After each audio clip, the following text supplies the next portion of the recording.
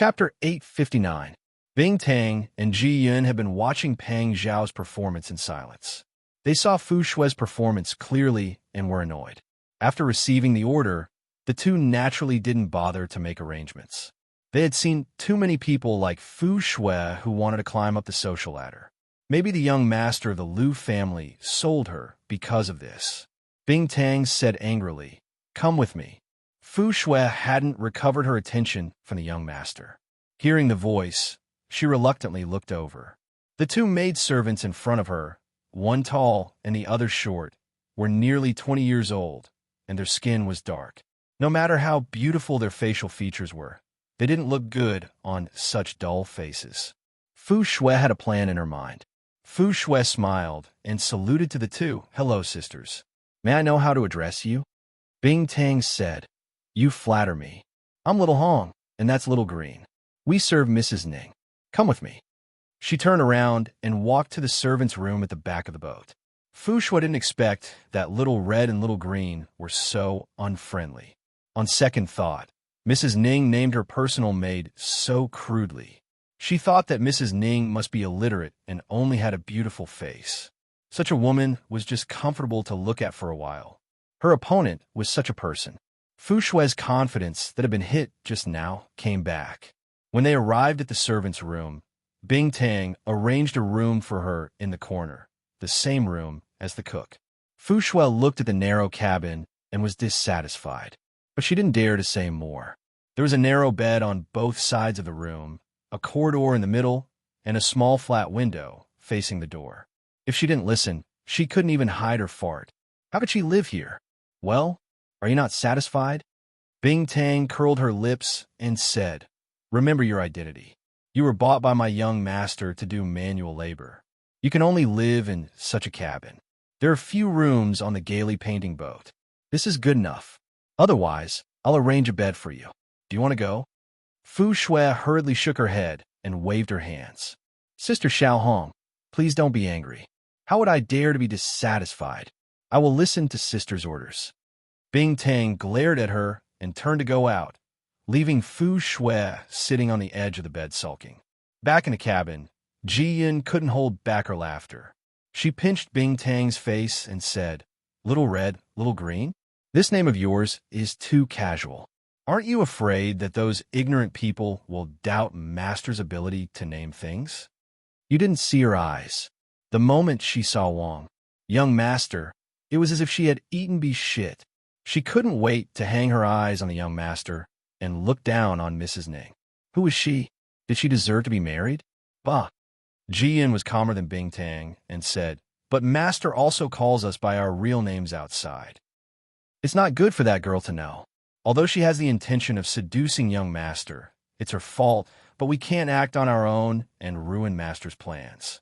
Bing Tang took a few deep breaths and said, "I know. It's okay. The people on the ship are all young Master's people. Later, let Huzi give the order and we will tell Master. Even if she knows that I lied to her, it's okay. At most, she will misunderstand that I didn't care about her and deliberately coax her." Ji Yun thought about it and said, "That's right. Anyway, she's under our eyes. She can't do anything." The two returned to the cabin and went to meet Pang Xiao and Qin Yining. Qin Yining couldn't help laughing when he heard it. "I know. I will be careful in front of her in the future. But this is also good. You can deliberately give her some information in the future. For example, I am a skinny horse that Master bought outside and became a concubine.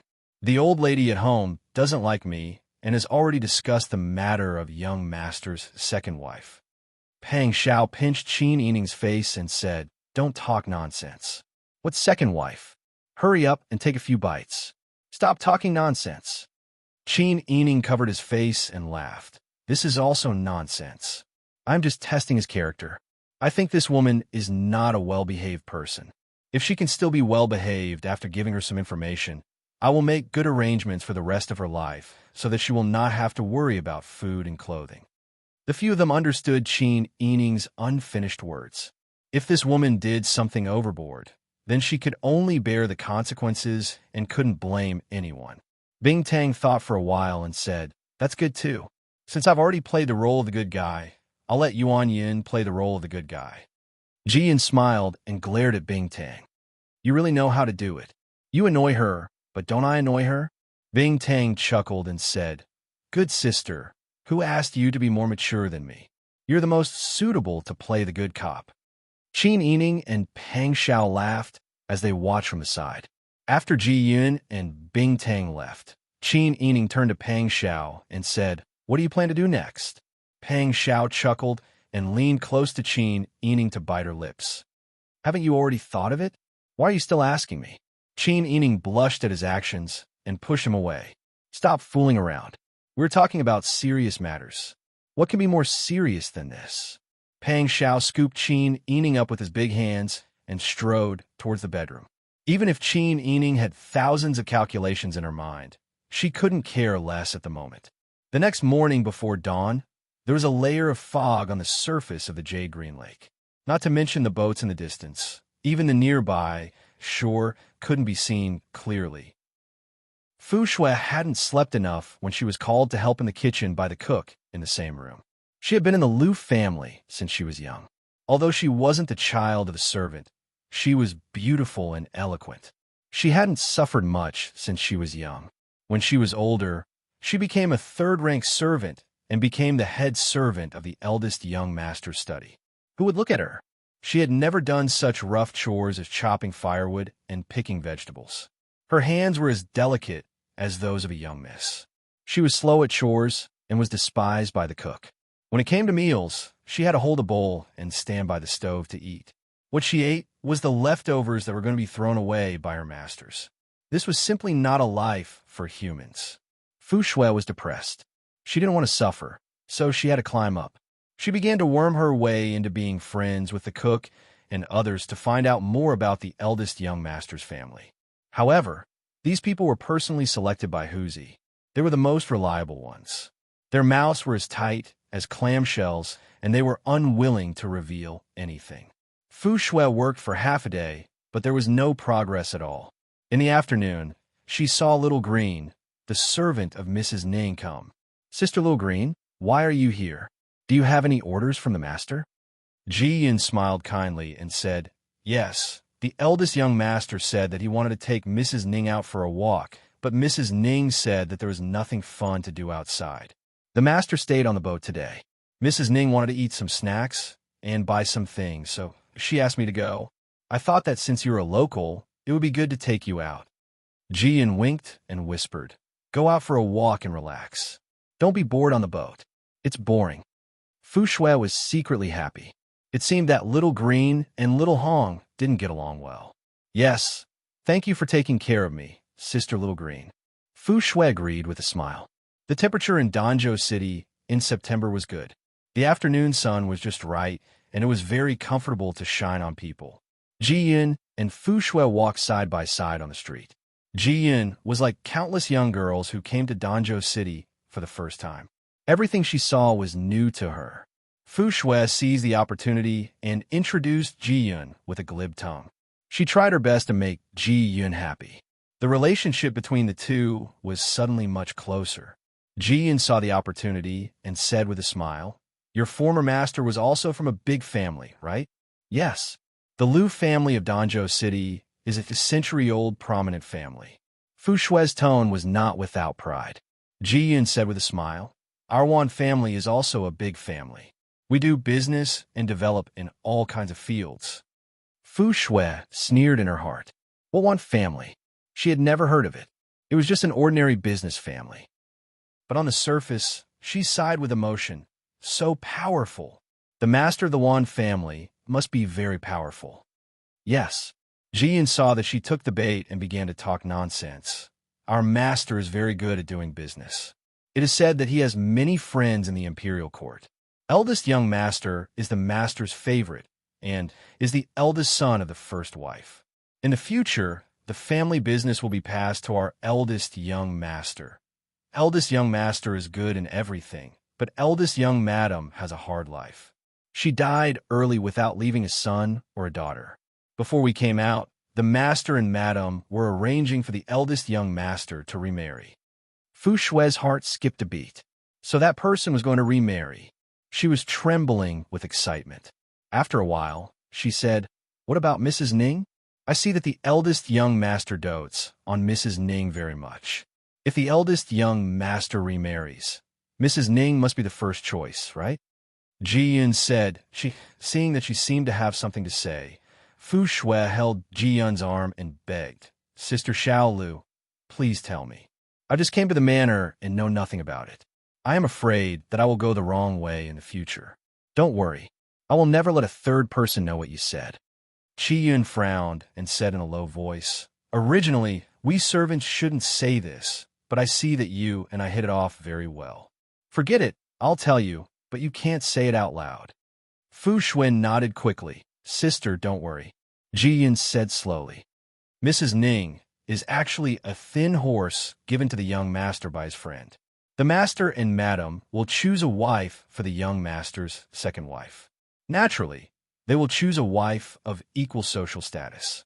At least, she must have a clean background. Although Mrs. Ning is beautiful, she may not be qualified. What about the young master? The eldest young master likes Mrs. Ning, but the master and madam love their son very much. So, they must agree. Well, you don't know. For a big family like the Wan family, the superiors are too lazy to care about concubines and tongfang. But the madam of the clan won't mess around.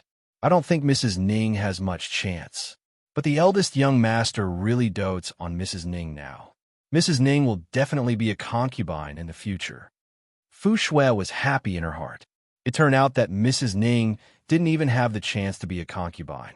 No wonder they all called her wife instead of concubine. Chapter 860. Fu Shui had a plan in mind, and her footsteps became lighter. Ji Yun said that she was out shopping, so the two of them naturally went to the busiest street. Fu Shui coaxed Ji Yun to try a lot of local snacks. Ji Yun naturally couldn't eat alone, so she had to bring Fu Shui along. Fu Shui ate happily, as if her mouth was smeared with honey. She even coaxed Ji Yun to try the latest fresh flower rouge in the rouge shop. Ji Yun's heart was like a mirror, and she had already seen through this woman's character. However, because it was Qin Yining's order, she naturally had to cooperate with the act and continue to let Fu Shui take advantage of her. At the same time, Pang Xiao and Qin Yining were playing chess on the pleasure boat when they heard a noise coming from the shore. Pang Xiao listened attentively, put down a white chess piece, and said with a smile, "The people we are waiting for are here." Qin Yining put the chess pieces back into the chess basket, stood up, and straightened his sleeves. "Bing Tang, bring me the rouge." Then he turned to Pang Xiao and said, "Come back later and continue playing." Pang Xiao nodded with a smile. "Okay." Bing Tang brought the rouge box, and Qin Yining quickly applied red lips, changed into a very eye-catching magenta gown, and put a pink and white palace flower in her hair. Pang Xiao crossed his legs and said with a smile, "From a fairy in heaven to a flower in the human world, it's like a painting." Qin Yining couldn't help but laugh when he heard that. He rolled his eyes at Pang Xiao and pointed to the shore, which was getting more and more lively. "Why don't you go out and take a look? This time, they are really fighting. Let them fight. It's better if they fight." Pang Xiao smiled. "What we want is to make a big deal out of it. Otherwise, how will the Liu family know?" Qin Yining smiled and said, "You are getting worse and worse." Pang Xiao saw her smile, and he also smiled. When the two of them came to the deck, the coral on the shore became clearer. "If you know what's good for you, release Fu Shui. You know who I am. I am Fu Shui's fiancé." Lu Shi's face was full of anger. With one hand on his waist and the other pointing at the ship, he cursed loudly. Huzi and the two Jinghu Wei stood in front of the footboard, their faces dark. If it weren't for Wang Ye's orders, they would have thrown him out long ago. Lu Shi looked inside and saw a man and a woman dressed in gold and silver. He immediately knew that the master had come. It took him a lot of effort to control his emotions and said loudly, "This young master looks unfamiliar. You must be a foreigner." Pang Xiao snorted and looked at him from the corner of his eyes. So what if I am?" Lu Shi had seen a lot of the world with Lu Zheng. Seeing Pang Xiao speak like this, he had a good idea of the other party. He immediately cupped his hands in a manner that was neither servile nor overbearing. I think this young master doesn't know much about Danzhou City. But even if you don't know much about Danzhou City, you should have heard of the Liu family. Pang Xiao pretended to be surprised. The Liu family? Yes. Liu Shi saw that the person in front of him seemed to be afraid. He couldn't help but laugh softly. This one is not talented, but I'm a member of the Liu family. Miss Fu Shui, who you bought on the ship yesterday, is this one's future wife. How much gold and silver did you use? I will return it all. I hope that this young master can give me some face and let them go. Liu Shi didn't make a fuss.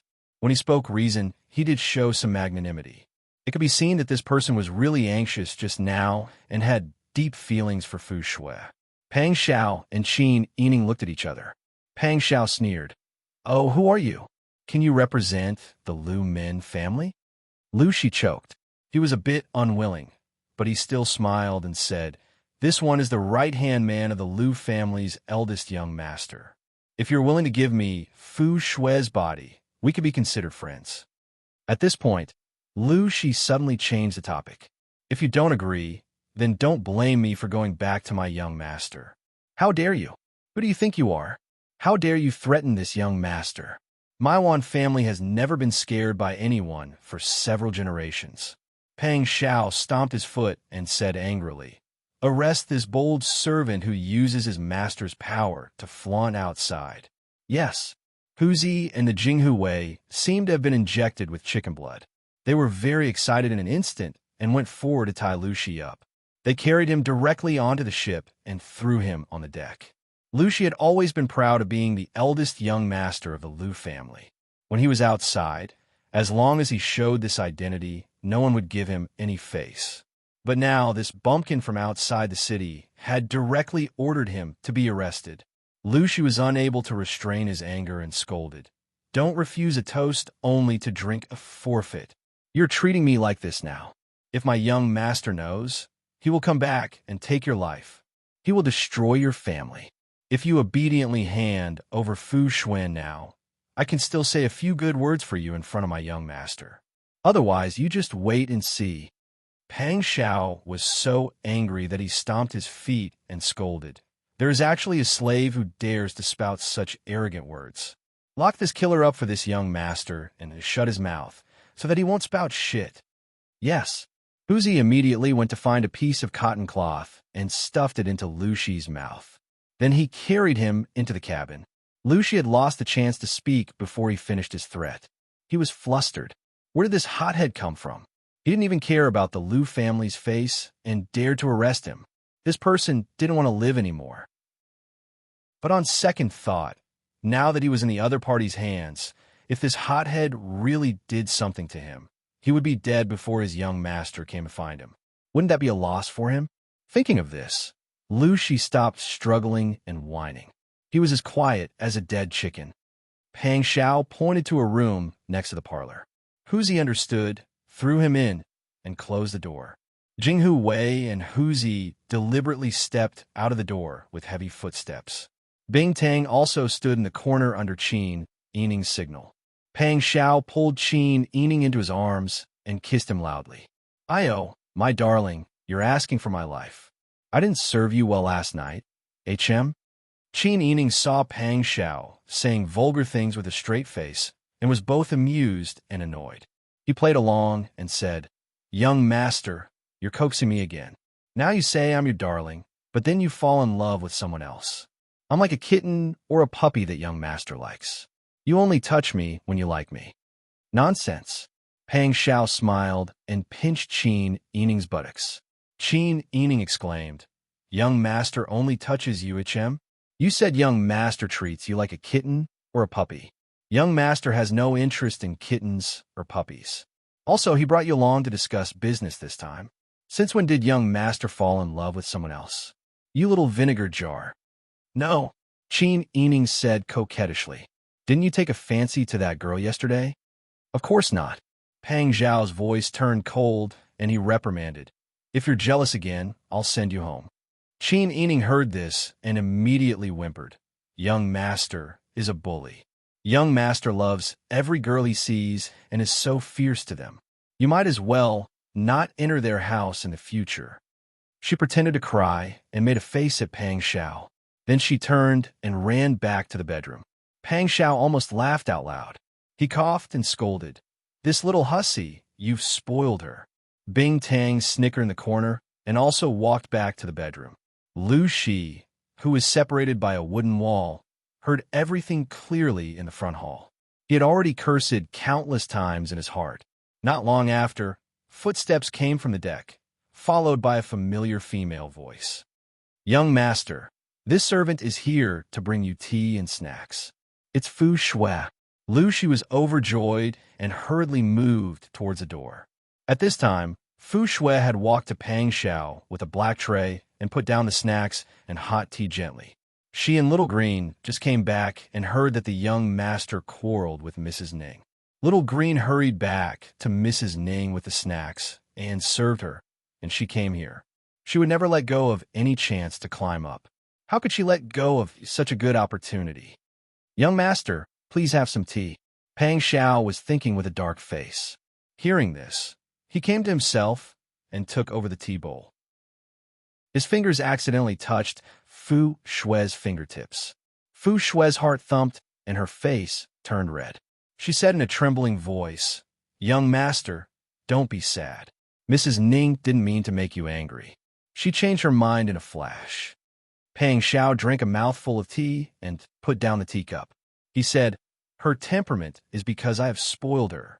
If she was half as sensible as you, how much less would I be angry with her? No, I'm stupid. I can't compare with Mrs. Ning." Pang Xiao snorted in his heart. "You can't compare with her. You can't even compare with my sister Yi's toenails."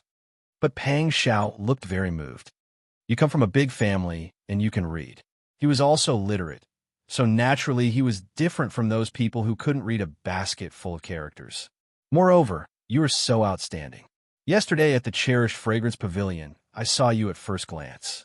She knew that if he didn't like her, who would spend so much money just to buy a servant girl?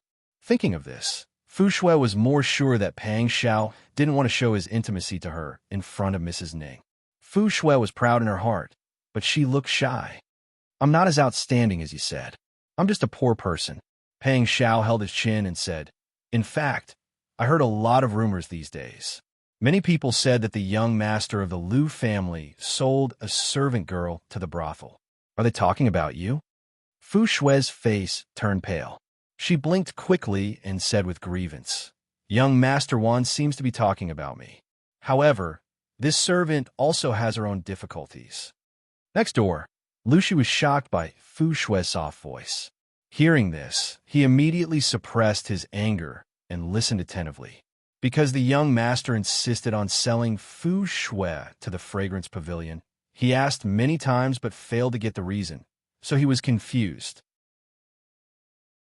Chapter 861. In a big family, who doesn't want to climb up? To put it bluntly, this servant believes that I'm quite capable. Although I can't say that I'm very talented, but with the Liu family status, even if they raised a maidservant, she would still be more honorable than a young lady from an ordinary small family. But I was assigned to a servant. When a young master chose me, he didn't discuss with me and directly ordered me. I didn't want to, but I didn't dare to resist. If young master want to arrange a marriage for a servant, he would definitely ask for their opinion. But young master Liu didn't. Fu Shui sobbed, as if the young master of the Liu family had killed her parents. Next door, Lu Shi, who managed to get to the wooden door, was shocked and angry. How could this be? How could she talk nonsense behind the young master's back? Before the young master arranged the marriage for them, he clearly knew that he and Fu Shui were close in private. He asked for their opinion before arranging the marriage for them. Fu Shui was bought by a human trafficker, and the young master also asked him to help find her family. She didn't have any relatives in her family, and he even gave her only uncle's family 10 taels of silver. Such a big favor, but Fu Shui didn't know how to be grateful and slandered the young master behind his back. When Pang Xiao heard Fu Shui's words, he knew that she was talking nonsense. He was also a servant, and the young master of the Liu family was not a fool. How could he arrange a marriage without asking for the servant's opinion? Pang Xiao echoed, "How could this be? That's right. I was born in a humble family, so I didn't have the right to speak. In fact, the young master may not know, but Madame once said that she would make me a servant of the young master. I've served the young master for many years like the other maids. Although I've never served the young master, many people outside think so. They all think I'm the young master's servant, but the young master arranged the marriage for me to his servant. How could I show my face? When Fu Shui thought of those things, she was so aggrieved that she shed tears. This time, she really cried. Pang Xiao said, "Ah, I didn't expect Fu Shui to be a poor person. Since you're worthy of being young master Lu's concubine, how did you end up being sold?" Fu Shui was speechless. She rolled her eyes and said, "I wasn't convinced, so I went to explain it to the young master, who knew that the ground was slippery that day, and I accidentally fell on the young master's body. The young master said that I was a loose woman who deliberately seduced him. However, the maidservant who worked with me falsely accused me, saying that I had secretly seduced the head steward's son. In a fit of anger, I wanted to cut my hair, but the eldest young master said, 'You don't need to cut your hair. You're such a lowly person. You're not worthy of Lu Shi. You should be with those wild men.' After that, he sent me to the cherishing fragrance pavilion." Woo woo woo. Fu Shui cried and leaned on Pang Xiao weakly. Pang Xiao did not dodge or move. Fu Shui was overjoyed. She hugged Pang Xiao's arm and cried. Next door, Lu Shi was stunned. He was not a fool. These days, he saw the young master's hesitant expression when he saw him. He also heard Fu Shui crying in front of him and distorting the truth just now. And listening to the conversation outside, Fu Shui was obviously flattering young Master Wan. The eldest young master was right. This was a fickle woman. She obviously looked down on him because he was a servant, but she seduced him. How stupid was he to be seduced by her? He even resented the young master for selling his fiancée. When he was living on the streets, it was the young master who picked him up. He fed him, clothed him, and even took him to study with him. He promoted him to be a servant and treated him as a confidant. In private, he trusted him more than his own brother. When his fiancée seduced the young master couldn't directly say it in front of her. Was it to save his face? Lu Shi's tears burst out of her eyes, and she began to sob. Pang Xiao heard the crying next door and pushed Fu Shui away impatiently. He didn't mind adding more wood to the fire. "Fu Shui, when you went to the young master to reason with him, did you also lean on a man and cry like this, huh?" Fu Shui stared blankly at Pang Xiao with tears on her pink cheeks. Pang Xiao said, "I just bought you, and you can slander your former master in front of me. You even threw yourself at me. But after a little test, you gave yourself away. I've seen a lot of women like you who want to climb up the ladder. Go down. You don't need to serve here." Fu Shui stared blankly at the handsome man in front of her, but found that this person had a pair of sharp eyes, as if he could see straight into her heart. Why did she think that the person in front of her was an idiot? This person had been testing her all along. Fu Shui took 2 steps back. She wanted to argue, but didn't dare to. She just bowed out of instinct and ran away. Pang Xiao leaned against the armrest of the armchair. He covered his mouth and yawned in boredom. Then he looked back at the cubicle. The suppressed crying was more obvious. He still had some sympathy for Lu Shi. If it was him, the woman he loved would act one way in front of him and another behind his back. She seduced him on the surface, but disliked him on the inside. She even used him. He would definitely kill her. Fortunately, his sister, he was loyal to him and never made him sad. Instead, he was the one who hurt her every time. When Pang Xiao thought of Qin Yining, his heart was full of softness and love. He thought of the way she cooperated with him just now, which was something he would never see on a normal day. He missed her so much that he felt like a cat was scratching his heart. Pang Xiao didn't care about Lu Shi, who was crying alone. He strode back to the bedroom to find Qin Yining. At this time, Qin Yining was drawing flowers with Bing Tang and Ji Yun. He heard from Ji Yun that she took Fu Shui out. That Fu Shui's character is really unreliable. She's very good at talking and is good at finding out information. Unfortunately, she thinks she's smart and always treats others as fools. Other than flattering people, she doesn't have any other tricks to deceive people. She's also very greedy. She wants to try everything she sees. She wants to buy more of everything to bring back.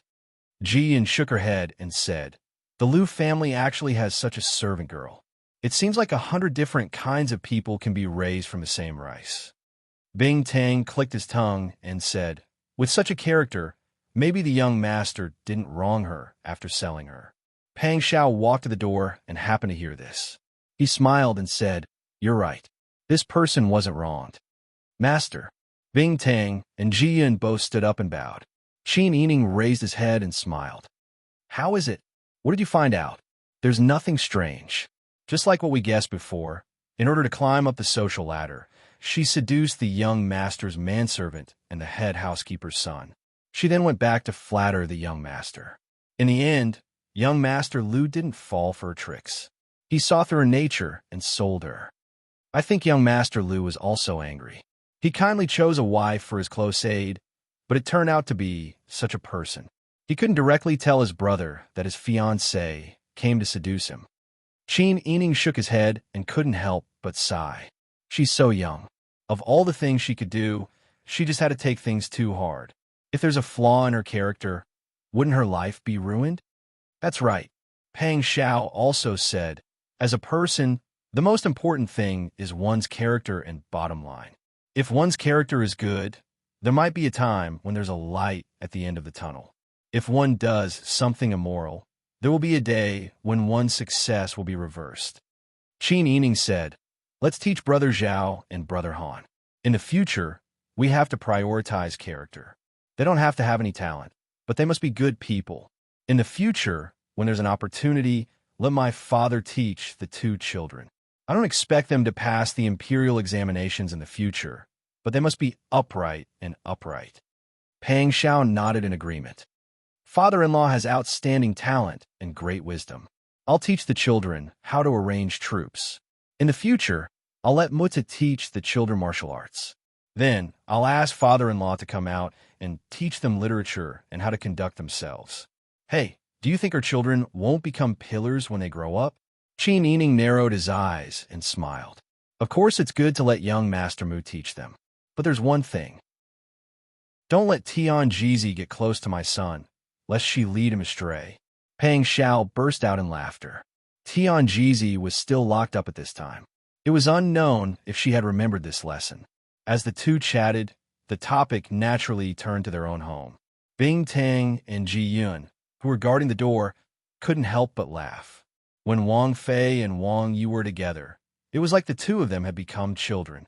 Qin Yining thought and said, "I see that the eldest young master of the Liu family is very concerned about his attendant. Maybe he'll come to find him later. We should also make preparations in advance. Don't worry, I've already given the order. I will protect you when the time comes." Qin Yining smiled and nodded. "I know. Of course it's the safest to be with you." Her eyes curved into crescents because of her smile. When she looked at him, she was so gentle that it was like his heart was soaked in a hot spring. After experiencing so many hardships and suffering so much, she still trusted him. Pang Xiao was moved and grateful. He couldn't help but hold her tightly in his arms and kiss her forehead sincerely. He couldn't say such mushy words, but he couldn't help murmuring, "I'm so lucky to have you," repeatedly in his heart. Qin Yining smiled and hugged Pang Xiao's waist. "Me too. I'm so lucky to have you." The two quietly hugged each other. Even Ji-Yun and Bing Tang in front of the door didn't dare to breathe loudly for fear of disturbing this peaceful scene. Who knew that at this time, there was a burst of hurried footsteps on the deck. Huzi ran in with large strides and said loudly, "Young master, it's not good. Someone is causing trouble below." Pang Xiao and Qin Yining suddenly separated. They looked at each other and said in a low voice at the same time, "They're here."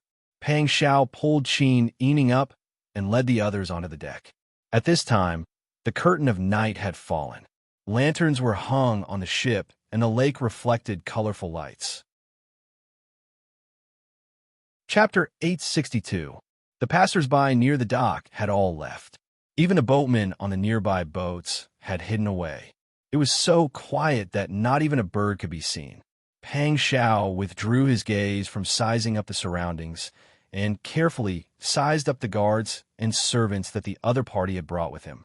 He had an idea in his heart, so he cleared his throat and deliberately put on a fierce front. Who are you? Why are you standing in front of this young master's pleasure boat? Brother, may I ask if a young man named Lu Shi came to this brother's boat today? Pang Xiao straightened his neck and hugged Qin Yining's waist. He raised his chin and said, so what if there is, and so what if there isn't? That dog dared to behave atrociously in front of this young master. Naturally, this young master caught him. Lu Zheng's face darkened. This humble one is Lu Zheng, the eldest son of the Lu family. Lu Shi is this humble one's attendant. Since this brother admits to catching Lu Shi, it's better if you let him go. It will save both of us the trouble, otherwise. He didn't finish his words, but the threat was obvious. Pang Xiao waved his hand at Huzi behind his back. Huzi and the other Jinghu Wei, who were originally tense and ready to attack at any time, understood. Although they were unwilling, they acted like frightened birds. They trembled and looked at each other as if they were afraid of the other party's numbers. So what if you're the eldest son of the Lu family? Pang Xiao shouted. Do you know who I am? I'm the eldest son of the Wan family of Guangdong. I represent the Wan family to discuss business with the Lu family. It's good that you're the young master of the Lu family. I'm your big client. Your servant came to make a fuss in front of me and even flaunted his status as a young master. It's already good that I didn't send him to the authorities. You can have him, but shouldn't you compensate me? My beauty was frightened by your servant. He looked as if Lu Zheng didn't back down, the business discussion wouldn't go on. Lu Zheng was so angry that he laughed. So this idiot was sent by the Guangdong to discuss business? Could it be that everyone on the Guangdong ship had died? They actually sent such a thing over? Lu Zheng couldn't help but look at Pang Xiao from head to toe. He was just an embroidered pillow. This was the first time he saw someone who dared to stand tall in front of the Lu family. He didn't know when or how he would die. Lu Zheng's heart skipped a beat when he turned his head and saw the woman's face in the idiot's arms. His mind went blank for a moment.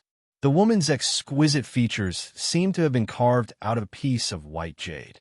Even the best craftsman would not be able to carve out such a perfect appearance.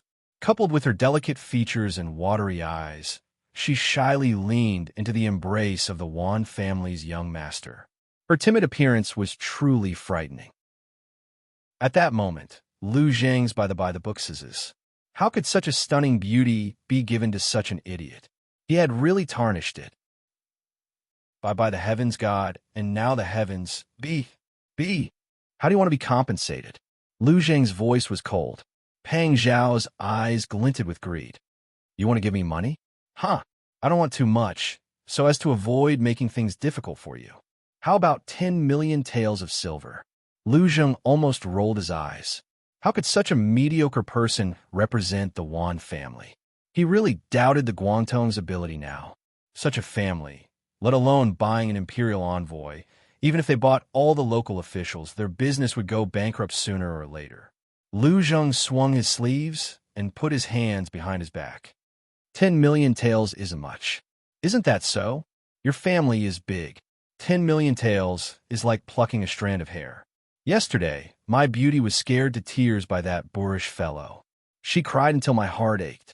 10 million taels of silver to buy 2 sets of head ornaments for her, and also to give me, this young master, some tonics to eat. It's not too much. Lu Zheng smiled. Such a beautiful woman is indeed worthy of 10 million taels of head ornaments. But you, that beauty isn't mine. Why should I pay? There was a man standing beside Lu Zheng who had no doubts. The man had a mustache and his eyes were fixed on Qin Yining. When he heard this, it was as if his pressure points had been released. That's right. My young master bought that woman for 10 million taels. You made a big profit. Send Lu Shi back and we'll write off the debt between us. Young Master Wan, you must think carefully. Such a good thing doesn't happen all the time. If you anger my young master, you might lose both your money and your life. Pang Xiao was instantly enraged. He suppressed his anger and warned himself not to ruin the big picture. That was why he didn't rush up and kill. I'm not selling the beauty. I haven't played enough. Pang Xiao crossed his arms and said, if you are willing to pay 10 million taels of silver to redeem him, then you can take back that useless servant. If not, then forget it. It's good that the officials say this.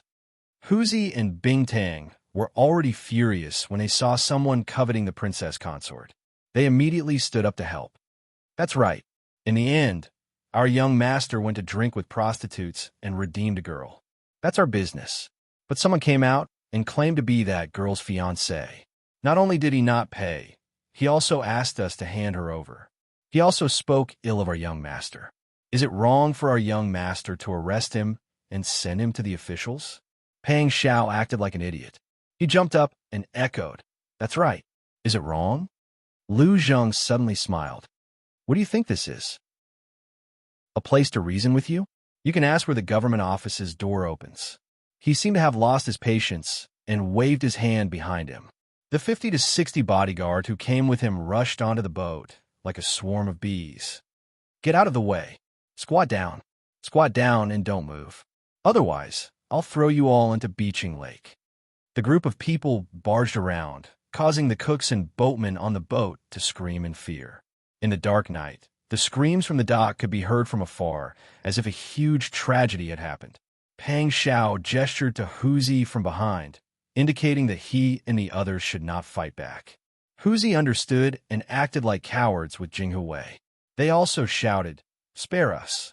For a moment, the boat was in chaos. Pang Xiao hugged Qin Yining tightly and acted like he was scared out of his wits. He fell to the ground and shouted, "What are you doing? Are you trying to rob us? Did the Liu family become rich by robbing? I'm afraid you're not an imposter. Do you think the young master of the Liu family knows how to rob? Is there any justice in this world? I spent money to redeem him, and you all want to rob him? Do you have any shame?" When Qin Yining heard Pang Xiao's words, he almost laughed out loud. Pang Xiao was such a good actor. Did he also act like a shrew in the imperial court? Was Li Qitian so angry that he almost vomited blood? Qin Yining didn't know what happened in the past. Anyway, Lu Zheng's face was pale with anger. "Shut up. If you talk nonsense again, I'll throw you into the lake to feed the fish." Pang Xiao immediately shut his mouth and cowered to his heart's content. The boat was only so big. Soon, someone found Lu Shi and Fu Shui from the cabin. Lu Shi's tears were still wet. There were no obvious injuries on his body, but he looked much more haggard. Lu Zheng frowned and immediately ordered, "Hurry up and untie him." The middle-aged man who spoke for Lu Zheng immediately went forward and untied Lu Shi. Lu Shi raised his head and said absent-mindedly, "Shopkeeper Yuan, thank you very much. Get up quickly. Young master knew you didn't return home after you came out. He was so worried that he brought people to look for you." Manager Yuan sighed. Lu Shi got up and kowtowed to Lu Zheng with regret. "Young master, it's my fault. I didn't know what was good for me. It's my fault." After knowing the truth, he was deeply hurt. He now understood Lu Zheng's painstaking efforts and why Fu Shui played him and used him like this.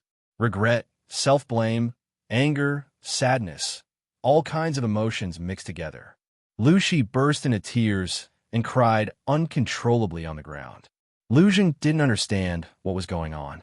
He felt sad when he saw Lu Shi crying so sadly. He quickly helped him up and said, "Okay, let's go back and talk about it. These people dared to imprison you. I must teach them a lesson." Lu Zheng looked at Pang Xiao, who was still sitting on the ground, and seemed to be unable to stand up. He sneered, "Take these people to the county prison and lock them up." "Yes." Grand Shopkeeper Yuan responded immediately. He hurriedly ordered his men to arrest all the people on the pleasure boat, and even followed them out. Pang Xiao didn't resist at all. She was so scared that she almost peed in her pants. Maybe she was too frightened or something else. She didn't want to let go of Qin Yining's hand, like a drowning person holding on to a piece of driftwood. Manager Yuan tried to pull Qin Yining away several times, but failed. He secretly cursed Qin Yining for being such a pervert. He still didn't forget to hold the beauty at this time. The beauty was frightened. Her appearance of burying her head in the ground and sobbing really made people feel pity for her. Shopkeeper Yuan felt so sorry for her that his heart was almost broken. The family servants and guards arrested all the people on the Pang Xiao pleasure boat. They did not try to avoid the people, but went to the county Yamen prison in a grandiose manner. The residents who heard the commotion along the street could not help but push open their windows a little to look outside. On the dock, Fu Xuan knelt on the ground and kowtowed in the night wind. "Young master, please forgive me. I know I was wrong. I won't dare to do it again. I won't do it again." Lu Zheng didn't look at her and called Lu Shi, "Let's go back." Yes. Lu Shi followed Lu Zheng and didn't look at Fu Shui again. Fu Xuan knelt on the ground in a daze. She looked at the backs of the two in confusion. Did young master let her go? Lu Zheng asked Lu Shi what happened. How did you get caught all of a sudden? Lu Shi's face was full of shame. He told the story objectively. After pondering for a moment, he said, Chapter 863. Lu Zheng recalled the scene just now and couldn't help but sneer. What? That person is just a useless piece of trash. Did you see anything? Lu Shi said, When I was caught, I wasn't locked in a corner or a warehouse. Instead, I was locked in a small room next to the flower hall. That was strange enough. Although he teased Fu Shui, he was mostly leading her to talk. In order to seduce him, Fu Shui said all kinds of things she shouldn't say. In the end, she even threw herself into his arms. However, young master Wan didn't take the bait. He even scolded her. Lu Zheng paused and whispered, You know everything? Yes, young master. I misunderstood you earlier. You've gone through a lot of trouble for me. It's my fault. Lu Shi pursed his lips in regret and took a deep breath. It's all thanks to that young master Wan that I was able to see Fu Shui's character. So I guess young master Wan knows that I'm your servant. That's why he purposely showed off in order to gain some benefits and make it easier to talk business in the future. After all, it wasn't convenient for Lu Zheng to talk about this kind of thing. If he didn't see it with his own eyes, Lu Shi wouldn't believe it either. With this matter, Lu Zheng's dilemma was solved and the gap between the master and servant was completely eliminated. Lu Zheng couldn't help but think, how can that mediocre person be so smart? No matter how he thought about it, it didn't seem like it. It's probably a blind cat running into a dead mouse. Lu Shi thought for a moment. It could be a coincidence. Just by looking at his absurdity, this person isn't outstanding. Young master wants to talk business with the Wan family. I'm afraid you'll have to retest what kind of family the Wan family is. Lu Zheng smiled. It doesn't matter what kind of family they are. We're only in charge of doing business. What does their life and death have to do with us? That's true. Lu Shi couldn't help but smile. He followed Lu Zheng back to the manor in the night. The relationship between the master and servant for many years didn't decrease after this incident. Instead, it deepened. As for Fu Shui, who was left at the dock, the two tacitly didn't mention her. Fu Shui's character wasn't good. She used Lu Shi and was fickle. She even tried to climb into Lu Zheng's bed. But in the end, there was no need to take Fu Shui's life for these things. Selling her to the brothel was the result of Lu Zheng's anger. His main purpose was to prevent Lu Shi from marrying such a woman. Now that Lu Shi had seen through Fu Shui's character, Lu Zheng's purpose had been achieved. He was too lazy to care about a little girl. As for the fact that this woman had been redeemed by the Wan clan's young master, she was most likely a servant of the Wan clan. If Lu Zheng ignored her, there was a high chance that she would escape. Lu Shi didn't want to kill Fu Shui. He just didn't want to have anything to do with her anymore. In the county jail of Danzhou Prefecture, walking at the end of the line with his hands folded, Grand Tavern Keeper Yuan watched the guards of the Lu clan and the jailers exchange tasks. The jailer was a burly man in his early 40s. He had been yawning in dissatisfaction when he was woken up in the middle of the night, but when he saw great shopkeeper Yuan, he immediately became energetic. So, it's great shopkeeper Yuan. Does young master Lu have any orders? Do you want me to entertain this group of insensible people? Great shopkeeper Yuan smiled. These people offended young master, but young master is merciful and didn't order to punish them. But I personally think that although he didn't punish them, these people are really too hateful. Yes, now that you've put it that way, I immediately understand. Just wait and see. Although he didn't punish them, he won't let them off easily. You're a sensible man. Great shopkeeper Yuan patted the jailer's shoulder. By the way, there's a stunning beauty in there. That person can't be touched. Do you understand? The jailer's face turned cold. He nodded repeatedly and patted his chest to assure, "Don't worry, I'm not that kind of person. Young Master Lu, I definitely don't dare to touch her." Then he leaned closer to great shopkeeper Yuan, raised his thick eyebrows, and said sneakily, "That beauty is young Master Lu, or Yi." Great shopkeeper Yuan laughed. "Don't ask. Oh, don't worry." Now that the jailer knew what was going on, he couldn't help but feel a little curious. Great shopkeeper Yuan was a favorite of young Master Lu. He was in the prime of his life and had a promising future. What kind of beauty couldn't he want? He had never seen great shopkeeper Yuan deliberately take care of anyone before. If young Master Lu had taken a fancy to a beauty, he could have gotten her with just a wave of his finger. Why would he send her to prison? Therefore, this woman might not have been taken a fancy by young Master Lu, but by Yuan Yujiang himself. He wanted to see what kind of stunning beauty she was. The jailer blew his nose outside the door, wiped his hand on the bottom of his trousers, and strode into the prison. Great shopkeeper Yuan curled his lips as he watched. He stood where he was with his hands folded, not leaving immediately. Qin Yining was held in Pang Zhao's arms, and they stepped into the dark and damp corridor side by side. The air was damp and moldy, accompanied by an unknown stench. There were prisoners in the cells on both sides, and men and women were mixed together. Seeing that there were newcomers, pairs of dirty and skinny hands reached out of the wooden bars, making threatening gestures like ghost claws. Many people were wailing, "We've been wronged." The kitchen maid and the kitchen maid who came with them were so scared that their faces turned pale, and they screamed again and again. Pang Xiao held Qin Yining's shoulder with his big hands and whispered in her ear, "Don't be afraid." "I'm not afraid. What's there to be afraid of?" Qin Yining whispered back. "Hurry up and go. What are you waiting for?" The jailer scolded and gave Pang Xiao a hard push. Who would have thought that this push didn't cause Pang Xiao to fall down as he had expected? Instead, the jailer's own finger rubbed against Pang Xiao's shoulder. The pain made him suck in a breath of cold air. Pang Xiao ignored the people behind him and walked straight ahead with Qin Yining in his arms. At the end of the corridor, there was a small window on the wall, and a strong wooden bar was nailed to it. There was a torch stuck in the bottom. Turning left, they saw a row of empty cells. The jailer pointed to the first cell. "You guys go in." Hu Zi, a few Jinghu Wei, and the boatman on the boat obediently walked in. In the second cell, the jailer pushed the kitchen maid, Bing Tang, Ji Yun, and the other women. "Go in, go in." He then went to pull Qin Yining. Pang Xiao raised his arm and blocked the jailer's hand. "Who are you to touch my woman? Hey, what do you think this is? You're already in prison, and you still dare to stick out your waist in front of me.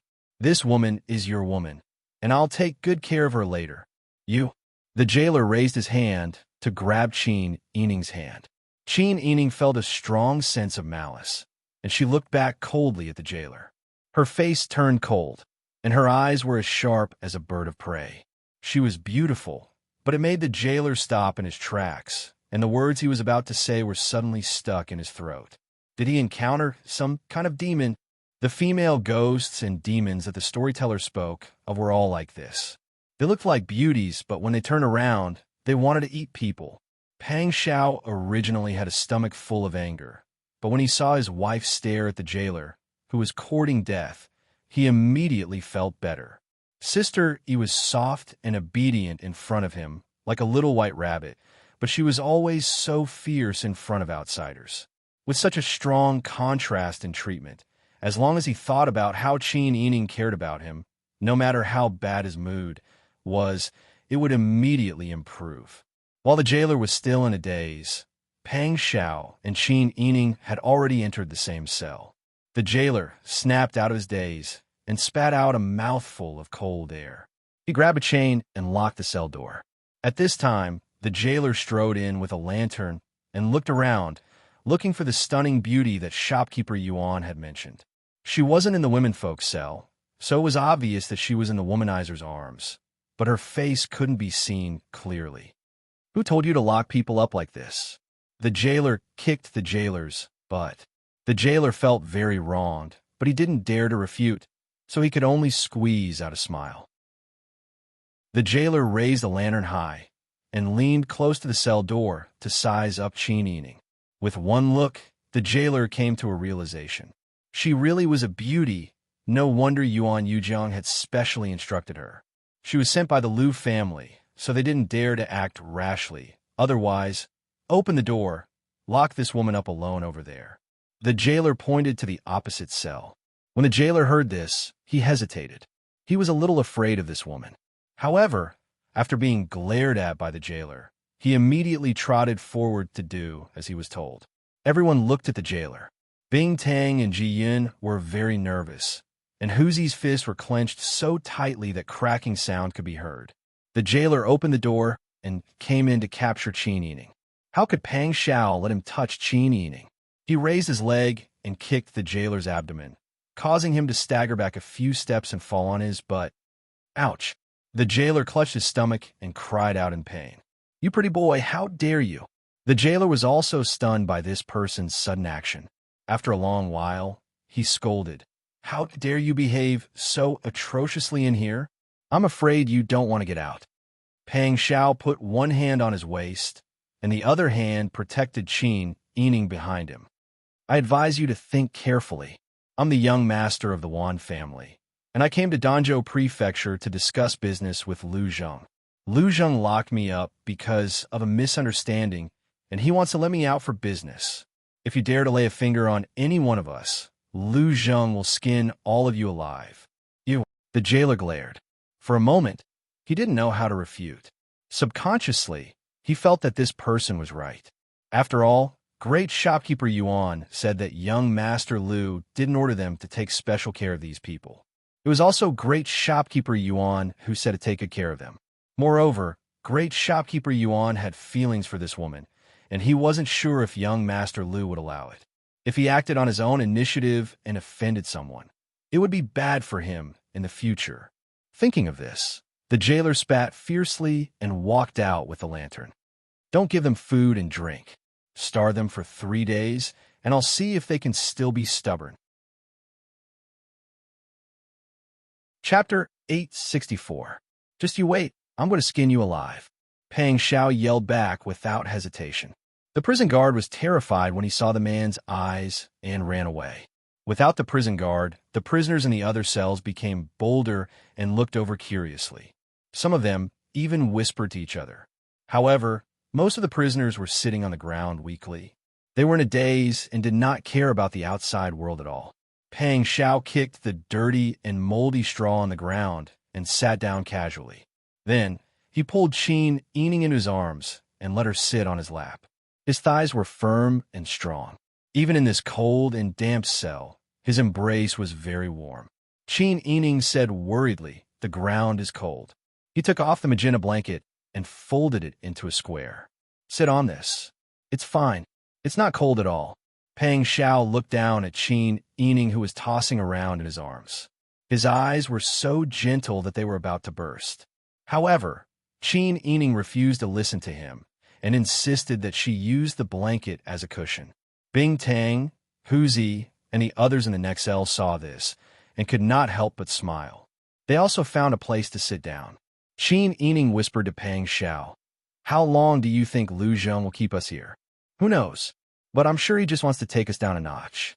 Plus, he's focused on Lu Shi right now and has no time to care about us."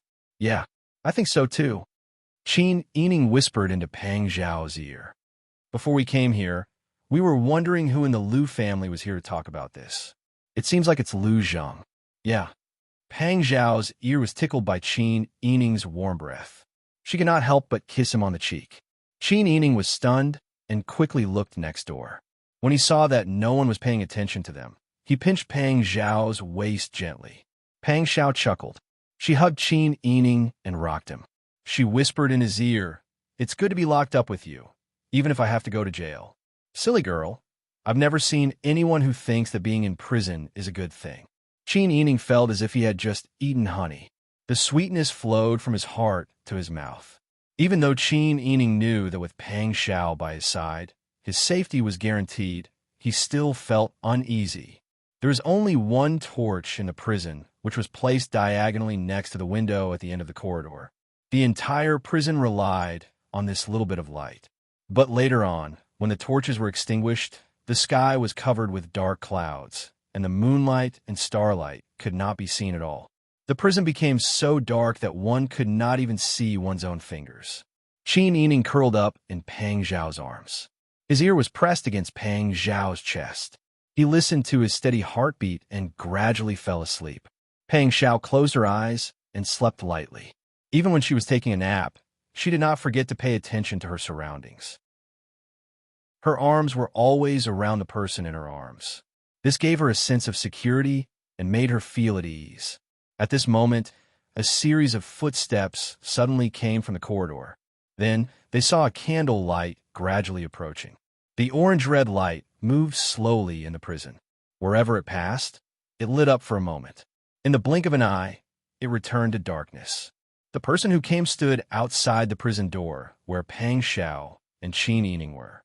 He placed the lantern on the door and said, "Young lady, how should I address you?" The arrival of this person startled everyone in the prison. Pang Zhao looked up and saw that it was the middle-aged man who had followed Lu Zheng in front of the pleasure boat. He came personally but spoke to Qin Yining. His intention was very clear. However, they did not know whether it was his own idea or Lu Zheng's order. Qin Yining rubbed her sleepy eyes. She glanced at Grand Shopkeeper Yuan and asked, "Who are you?" "My surname is Yuan. I am the head shopkeeper under young Master Lu. I manage many businesses and shops." Grand Shopkeeper Yuan smiled very gently. Qin Yining narrowed her almond-shaped eyes slightly. Then, she smiled and said, "So it's Grand Shopkeeper Yuan. Do you have any orders for me?" Looking at a beauty under the lantern light, she looked even more beautiful. Moreover, when she smiled, Grand Shopkeeper Yuan's bones were about to melt. He thought to himself, could it be that the beauty doesn't want to stay in the prison and wants to grab onto me, her lifesaver? It's not an order. I just came to see how the situation in the prison is like. "Miss, do you lack anything?" Grand Shopkeeper Yuan smiled even more gently. "I don't lack anything in the prison." Isn't Grand Shopkeeper Yuan asking unnecessary questions? Qin Yining frowned in disdain.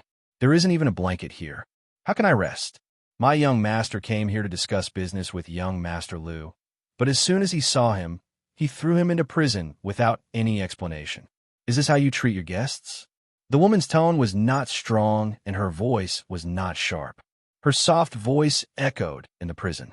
However, every word she said was like a slap to the face. Grand Shopkeeper Yuan was embarrassed for a moment after hearing what she said. Then, he could not take his eyes off Qin Yining. "Miss, it turns out that you are a very thoughtful person. It seems that I can't treat you as an ordinary woman who has no thoughts and no brains just because you are a woman." Grand Shopkeeper Yuan smiled and said, "I'd like to talk to you.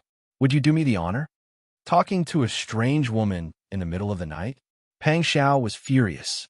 If Qin Yining had not secretly pinched him, he would have lost his temper long ago. Qin Yining chuckled and said, "Does your young Master Lu know what you are doing?" Grand Shopkeeper Yuan's expression froze slightly. "I am doing this for the Lu family. Young Master understands my painstaking efforts." "I see. Grand Shopkeeper Yuan, you have worked hard and made great contributions. However, I appreciate your kindness. Please go back and tell young Master Lu that if he wants to talk to me, let him come in person. Remember, it's daytime, not the middle of the night."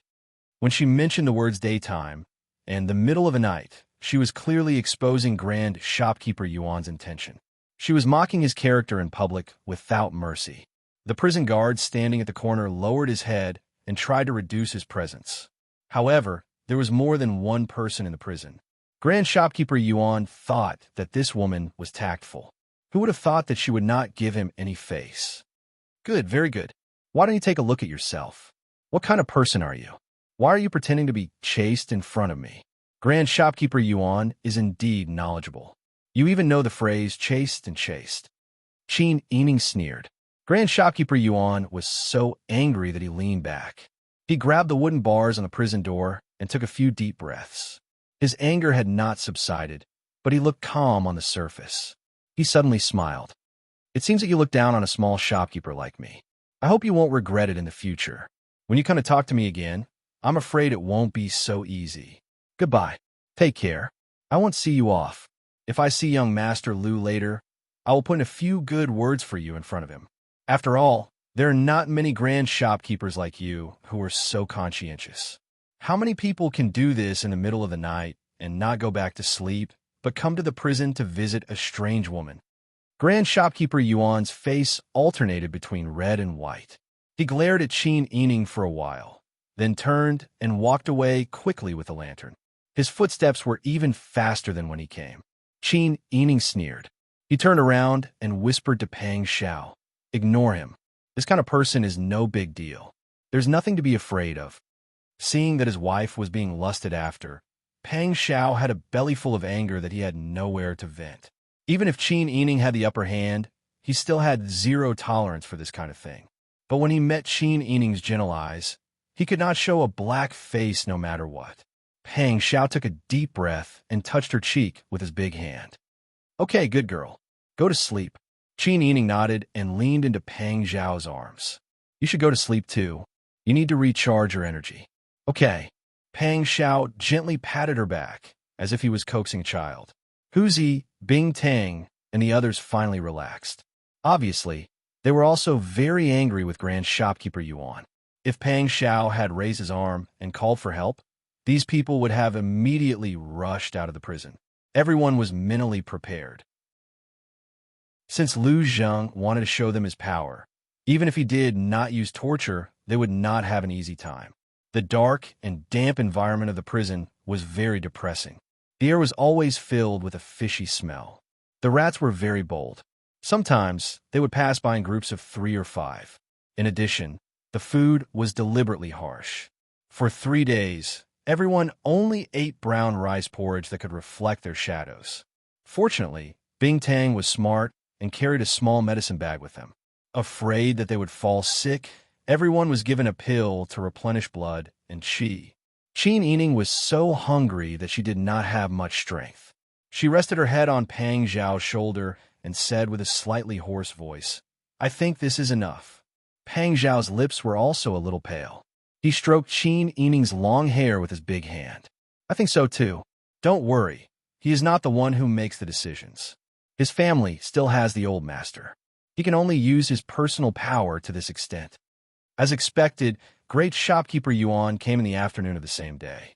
When he saw the jailer and the jailer, Grand Shopkeeper Yuan's expression was normal. It was just that he was not as friendly as before.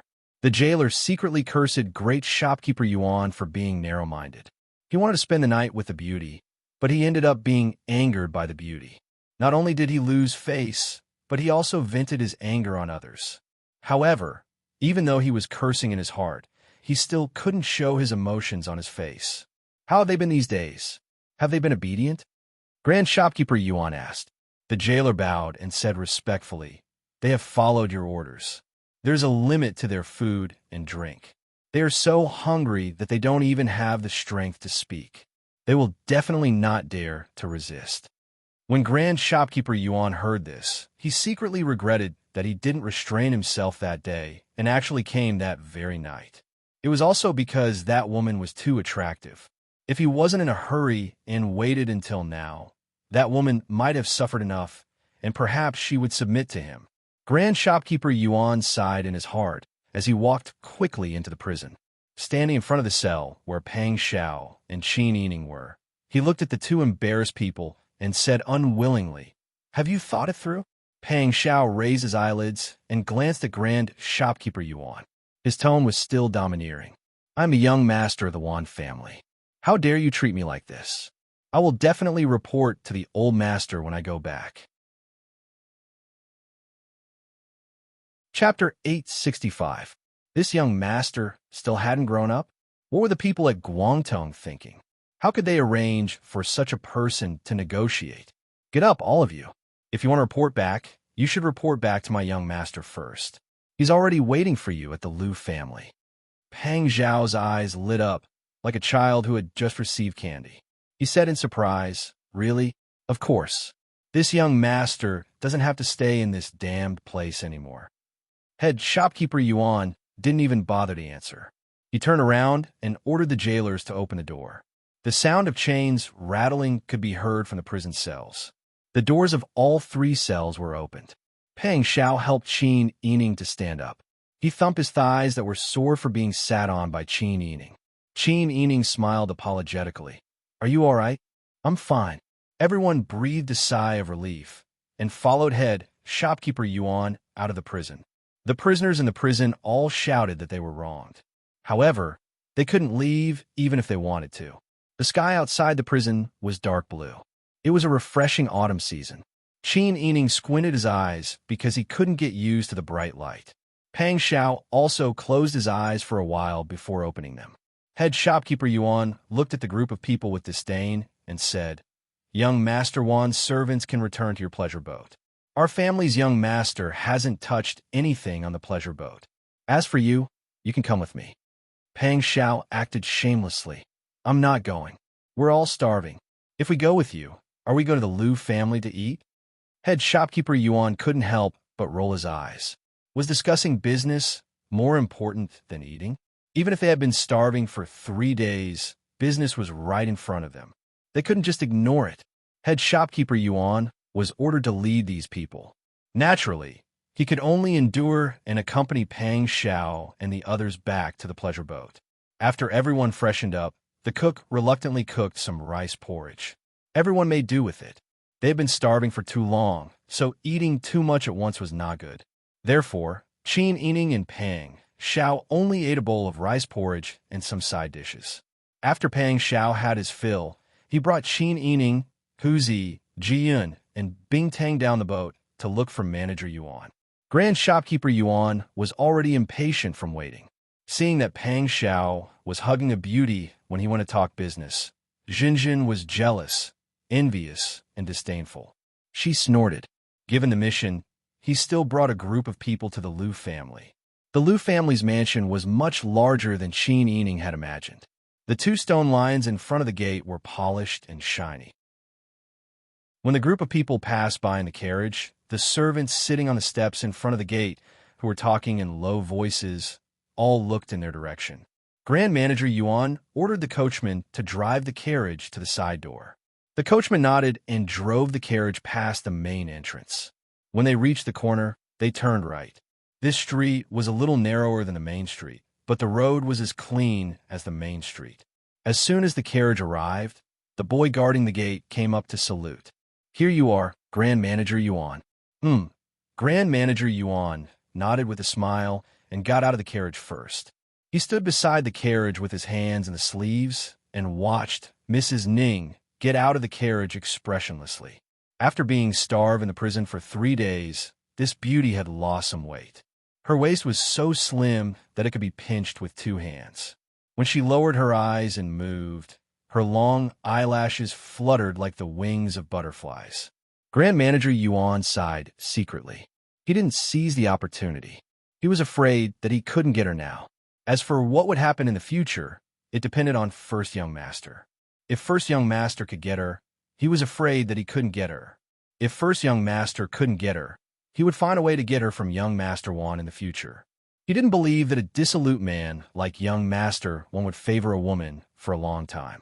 Pang Xiao helped Qin Yining stand still. Of course, he didn't miss the calculation and greed in Grand Manager Yuan's eyes. He curled up the corners of his mouth and said calmly, "Grand Manager Yuan, please lead the way." Grand Shopkeeper Yuan came back to his senses and led the 2 into the mansion. They walked through a long alley and arrived at the study room in the outer courtyard. They passed through a hall, circled around a corridor, and passed through a begonia door.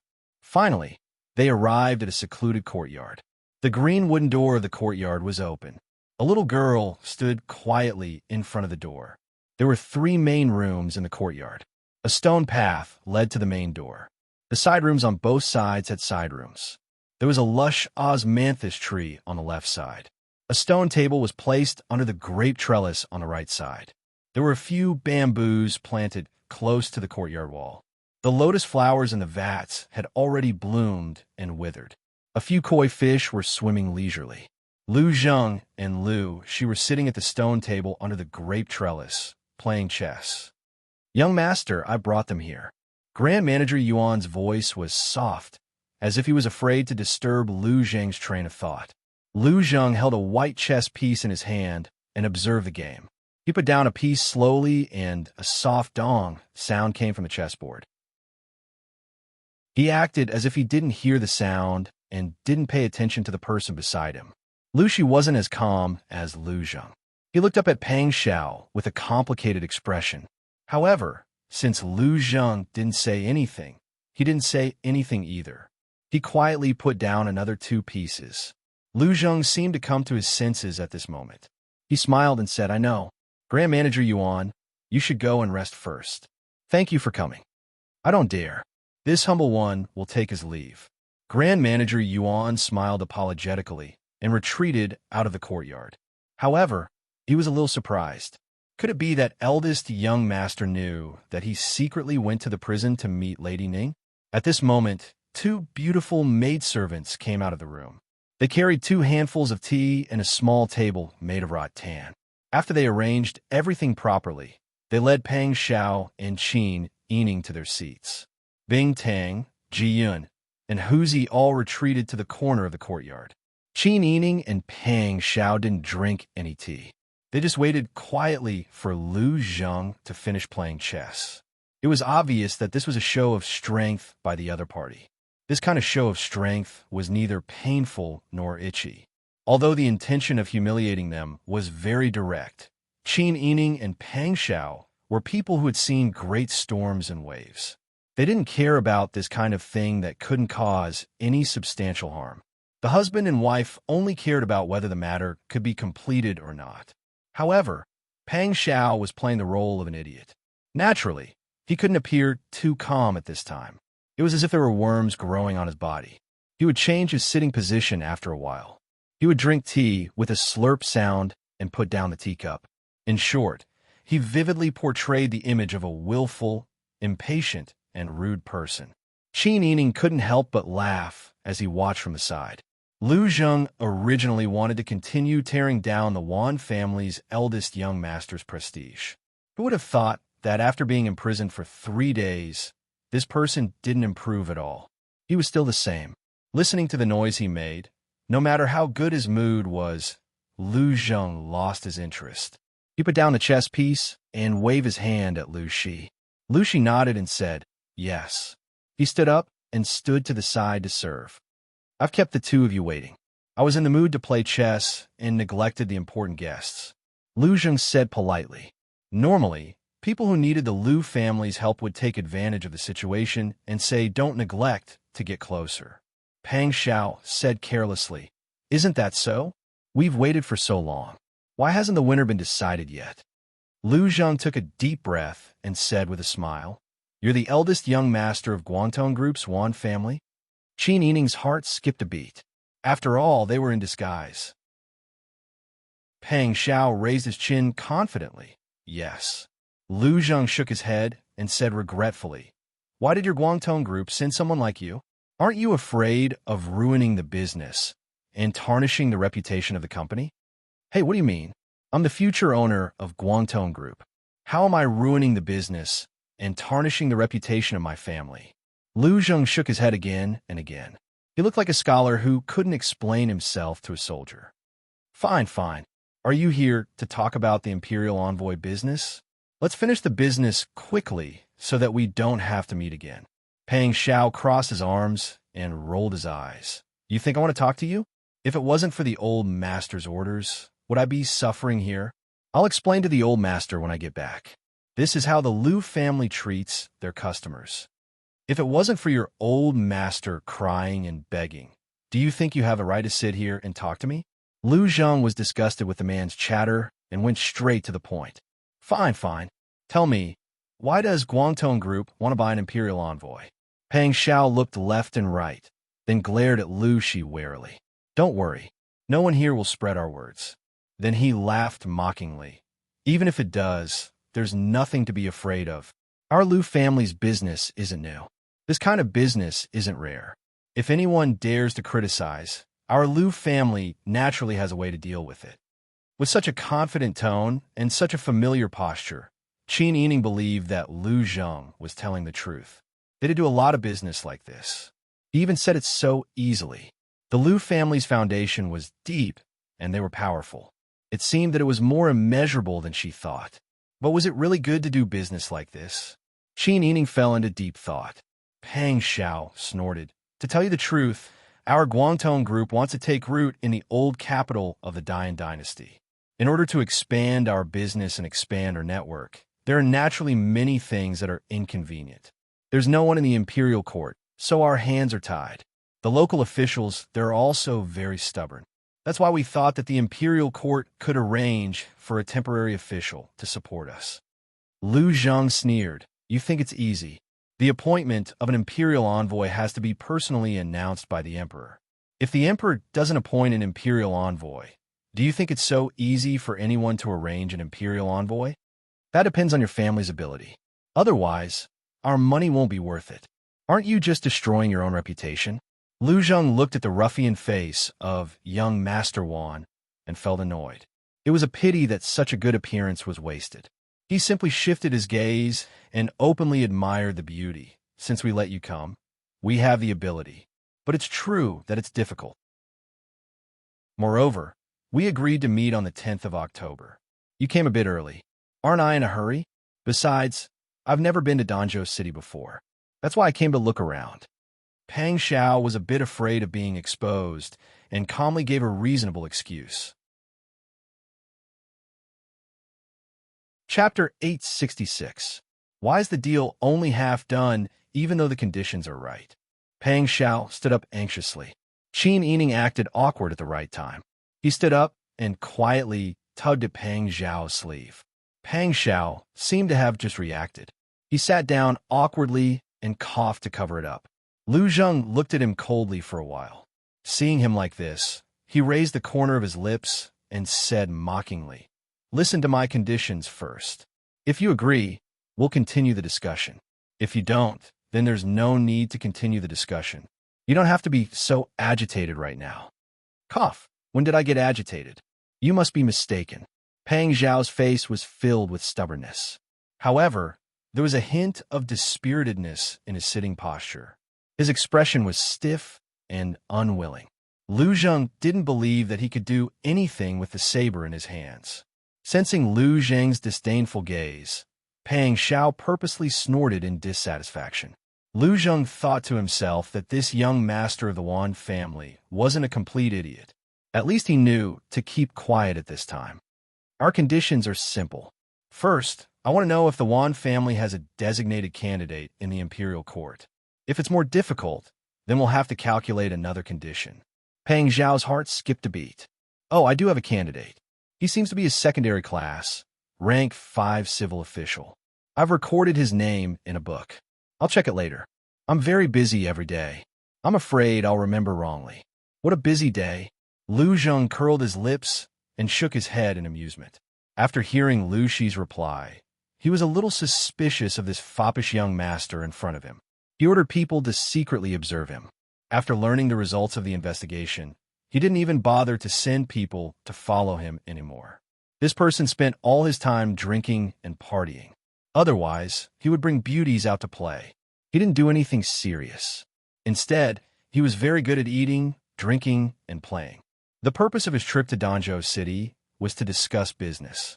Most likely, this young master was here to have fun. Liu Zhang couldn't even be bothered to look at him. He looked at the obedient and dignified woman next to him and felt pity again. Since you already have a candidate in mind, things will be easier. Since that's the case, my Liu family will think of a way to promote the person you've chosen to be the imperial envoy of the old capital. Once you've decided on the person, let me know. At this point, Liu Zhang couldn't help but remind him again. You have to figure out who the person is before telling me. Don't get the wrong person. This is a business deal. If you get the wrong person and come back to tell me that the person you want to promote is someone else, I won't care. What are you saying? Do you think we'll blame you for your position alone? Besides, I'm an adult. It's not like I can't read. How could I make a mistake? Pang Xiao was furious. Are you trying to humiliate me? Liu Zhang waved his hand as if he couldn't be bothered to argue. As a price, our Liu family will take half of the Guangdong ship's annual profits as remuneration. What? Are you trying to coax me? You're robbing me. Pang Xiao was furious. We're the ones who set the rules. If you're not satisfied with the price, you can choose not to do this business. It's not like my Lu family is in a hurry to help your Wan family. Pang Xiao gritted his teeth and paced around in annoyance. This isn't a small sum. Let's not talk about whether we're going to make a deal or not. Even if we agree to give you half of the profits, what if you don't succeed in the end? What if the person we've chosen doesn't become an imperial envoy? Lu Zheng looked down on his pettiness and said coldly, "You don't have to worry about that. I've said many times. This isn't the first time the Lu family has done this kind of business. Your master is willing to beg the Lu family because he knows the Lu family's ability. If we can't do it, we won't ask for your remuneration." As he spoke, he crossed his legs and played with a chess piece in his hand. He mocked, "The Lu family has 100 years of foundation. To put it bluntly, half of the Guangdong ship's profits are nothing to us. I really don't care. You're too good at talking big. Do you think our Guangdong ship is a small shop opened by those small families?" Pang Xiao stared at Lu Zheng with his neck straightened. Lu Zheng sneered, "I don't have the patience to bargain with you. If you don't agree, there's no need to continue this business. You could do whatever you want. But this request of yours is too much. Half of our future profits? You might as well rob people directly. It's faster to make money." "Enough." Lu Zheng waved his hand. "If you don't think it's suitable, please go back." Pang Xiao swallowed a mouthful of saliva with difficulty. "Is there no room for negotiation? Can it be less?" Lu Zheng looked at him up and down with disdain. Then he raised his eyebrows at Qin Yining and said bluntly, "You're Mrs. Ning?" Qin Yining stood up and lowered his eyes. "I am. It's a pity that you're with such a person. If you're willing to stay, you'll have a better life in the future than in the Wan family." Lu Zheng stood up and walked slowly to Qin Yining with his hands behind his back. He bent down to look at Qin Yining's pretty face and smiled at Pang Xiao. "If you're willing to give Mrs. Ning to me, I might consider your request. I'm willing to pay less." Pang Xiao pulled Qin Yining behind him. "No way. She's mine." Lu Zheng spread his hands. "You can ask the beauty's opinion." Qin Yining pulled Pang Xiao's sleeve and lowered his head shyly. "Thank you for your kindness, young Master Lu. I'm already young Master Wan's woman. Although I'm from humble background, I know that a woman doesn't serve a second husband. Please forgive me, young Master Lu. Do you know why you're refusing? This is the Lu family, a century-old family. The Lu family is very big and good. But young Master Wan has never mistreated me." When Lu Zheng looked at Qin Yining again, the look in his eyes became deeper. He thought that this Mrs. Ning was a heartless plaything who used her beauty to please others. He didn't expect that she was so loyal to this idiot. The more she was like this, the more Lu Zheng thought highly of her. Pang Xiao stomped his feet angrily and shouted with dissatisfaction, "Don't go too far. I said she's mine. I won't give her to anyone else. If you want to talk about business, just talk about business. Why do you have to involve a woman?" Lu Zheng didn't continue the topic with Pang Xiao and only said, "So, will you give me half of Guangdong's future profits?" Pang Xiao pretended to struggle, but in fact, he was already calculating in his mind. If Lu Zheng asked for money this time, Pang Xiao would have to bleed for the sake of the plan. But Lu Zheng wanted half of Guangdong's profits. Profits were naturally different every year, so it needed to be calculated every year. Since it needed to be calculated, it couldn't be immediately asked for money. This was not a bad idea. He could agree immediately, and he didn't need to pay for it. He could let Guangdong and the Lu family settle the score slowly. Maybe he could get this done without spending a lot of effort, and he could also get a large sum of money from these two families. Pang Xiao had an idea and asked deliberately, "Okay, but what if you don't get it done? If the person we appointed doesn't become an imperial envoy, how will you return the money? If that's the case, our deal will be invalid. If the Lu family doesn't fulfill their promise, your Guangdong won't have to hand over half of your annual profits."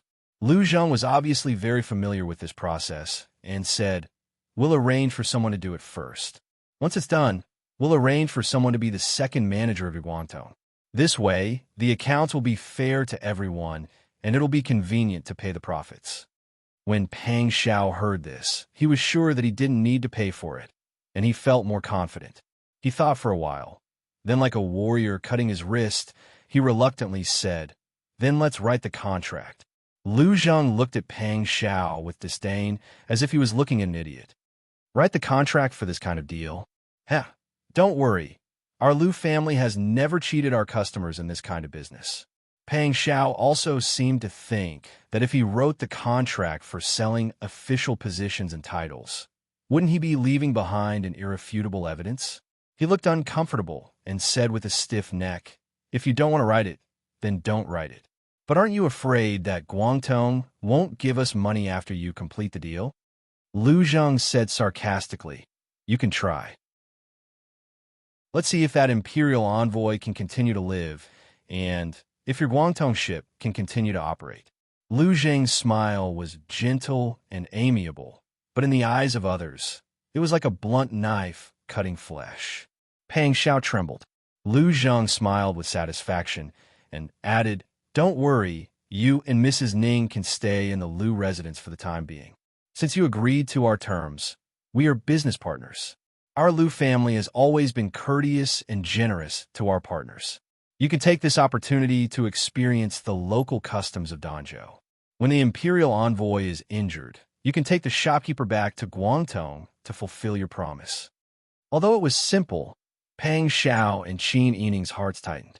Lu Zheng meant to detain them in the Lu residence as hostages until the imperial envoy took over. Pang Xiao was the young master of the Wan family. No matter what, he was still the young master of the Guangtong ship. If the Guangtong ship did anything that displeased the Lu family, or if the Guangtong ship was here to fish, the Lu family could immediately punish him. "I believe our business will be very successful." Lu Zheng smiled warmly. With such an important bargaining chip, the Guangtong would not be able to make any waves. Pang Xiao quickly calculated the pros and cons in his mind, and finally nodded helplessly. He rolled his eyes and smiled. "Then I will have to stay in the residence and disturb you?" Hearing his tone as if he wanted to take advantage of the world, Lu Zheng knew what he was thinking. He could not help but sneer at him. He was the young master of a big family, and yet he was so proud of taking advantage of the situation. Was he not afraid of losing his dignity as a noble young master? It was funny how stingy he was. The Lu family was a big family, and naturally did not care about such a small amount of money. Since the deal was done, it was not a big deal to entertain the customer. Chapter 867. That's great. There's food, a place to stay, and even fun. Your Lu family's hospitality is quite good. It would be even better if there were a few beautiful maids to serve you. Young Master Wan's eyes flashed with greed when he saw the satisfied expression on his face. It was obvious that he yearned for the days of eating and drinking in the Lu family. His disdain deepened. Now that the business was settled, they were business partners. The Lu family didn't really care about using money to entertain business partners, but young Master Wan's face made Lu Zheng feel disgusted. "Lu Shi, send young Master Wan and his group to the guest courtyard." Lu Zheng flicked his sleeves and turned around. Pang Xiao held Qin Yining's hand and brought along Huzi, Bing Tang, and Ji Yun. They happily followed behind Lu Shi to the guest courtyard. Although the Lu family's residence was just a branch residence, it was still a century-old residence that had been renovated several times. The guest courtyard's architecture was obviously newer. It was probably built for the convenience of receiving guests. Qin Yining and Pang Xiao admired the scenery while secretly memorizing the layout and location along the way. Lu Shi also couldn't help but size up the two. Seeing that they were both amazed, he confirmed Lu Zheng's previous guess. It seemed that the Guangtong family's Wan family was a nouveau riche without any foundation. This young Master Wan was probably an idiot who didn't have much knowledge in his stomach. At first, he thought that this person purposely reminded him on the boat to help the young master solve a problem. Now, he understood that he had overestimated this person. The guest courtyard was at the northeast corner of the Lu family's residence. It was connected to the outer courtyard on the back street. There was a side door for easy access. There were 3 main rooms in the courtyard. There were 2 side rooms on each side. The back seats were turned into small kitchens. This was also the Lu family's thoughtfulness. Guests who stayed for a long time could go to the main kitchen to order dishes. They could also cook for themselves. Qin Yining looked around the courtyard and leaned against Pang Xiao, looking tired. Pang Xiao asked, "Beauty, are you tired?" "Yes. I haven't been able to eat or sleep well in prison these days. How can I not be tired?" Lu Shi smiled and bowed his head. "It was just a misunderstanding. Young master has already prepared food and wine for the two of you. Someone will send it over in a moment." She turned around and introduced the two sturdy female servants and the two young maidservants behind her. They are Old Maid Hua and Old Maid Zhang, specially arranged by the young master for Master Wan and Mrs. Ning. Two old maids in dark green armor came forward and saluted. "Greetings, Child Wan and Mrs. Ning." Lu Shi continued, "This is Sulan and Sufang. Greetings, young master wife." The two maidservants wearing light green narrow-sleeve jackets and dark green armor bowed together. Pang Zhao's eyes swept over the two maidservants. Then she shook her head and said with dissatisfaction, "Don't you have any pretty girls in your residence? Like Fu Shui?" Lu Shi clenched her fists in an instant, and the blue veins on her forehead jumped twice. She put on a fake smile and said, "It's rare to see someone as pretty as Mrs. Ning." Pang Xiao waved his hand and said generously, Well, you can go. You don't need to serve here. Does anyone want to come down and serve you?" Lu Shi couldn't help complaining in her heart. Because the other party was a business partner, she could only force herself to hold back. She said yes respectfully and left after saluting. Pang Xiao put his arm around Qin Yining's waist and entered the room. He asked Bing Tang to follow the two maidservants to get the food. Ji Yun and the two nannies went to prepare the bedroom, leaving only Huzi beside them. When there was no one around, Pang Xiao and Huzi checked the surroundings carefully again. After making sure that no one was monitoring and eavesdropping, they relaxed. Pang Xiao could finally sit upright as usual. He said with a smile, deliberately bending my neck is more tiring than fighting a war." Qin Yining giggled. "Don't I feel tired talking in a coquettish voice? In fact, I like your appearance very much." Qin Yining couldn't help but stare at him. "I'm afraid that it will become a habit. If I don't behave properly when I go back, I can't teach the children well." "That's true." Pang Xiao touched his chin and nodded. Huzi, who was standing aside, couldn't help but chuckle when he saw that the topic of the two of them happily turned back to the children. Pang Xiao stared at Huzi. Huzi immediately kept quiet and retreated to the corner. Qin Yining's face was a little hot. He coughed to clear his throat and asked seriously, "Are you going to tell your people to the Lu family and let them arrange it?" "That's what I want to do." Pang Xiao thought of Lu Zheng's appearance just now and shook his head with a smile. "Although he is a gentleman, he is still inexperienced. It's because you acted too well." Pang Xiao laughed and said proudly, "I couldn't help laughing when I saw him looking at me with disdain. But this deal is really good. I don't need to pay the capital, and I can get 1-for-1. Qin Yining counted with his fingers for him. "You don't need to pay the capital now. In the future, the Lu family will arrange for people to go to Guangdong. Your people can be imperial envoys, and we can have more confidence in the old capital. As long as we don't expose our contact with the Chiu family, everything will be fine." "Exactly. After the deal is done, we can retreat. Not only can the Lu family arrange people for me for free, but we can also make the Chiu family pay a price. After that, they will settle accounts with each other, and I'm afraid they will become enemies." Huzi clicked his tongue. "They will be in big trouble this time. If we don't do it, we will be the unlucky ones in the future." Pang Xiao supported his face with one hand and smiled.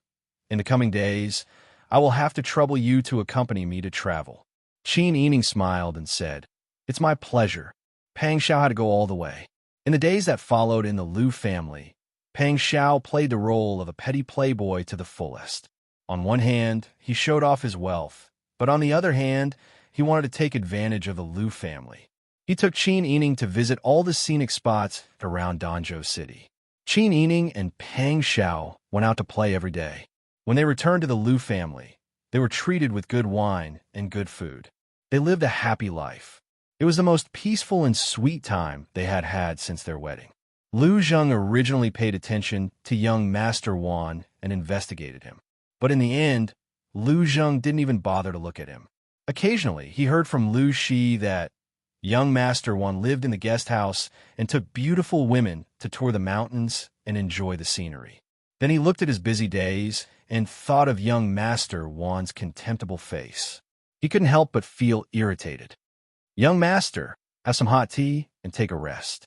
Lu Shi put a delicate white porcelain teacup in Lu Zheng's hand. Lu Zheng nodded and took a sip of tea. What else does young Master Wan do except eat, drink, and play? I haven't seen him do anything else. He seems to be busy trying to please Mrs. Ning these days. He bought a lot of gold and silver jewelry, rouge, face powder, silk, and satin. They couldn't fit everything in the guest house, so he arranged for people to send them back to the ship. Yes. How is Mrs. Ning living with him? Is she bored? Lu Shi wasn't surprised. He had seen through Lu Zheng's feelings for Mrs. Ning. Mrs. Ning is still the same as before. Young Master, you care about Mrs. Ning a lot?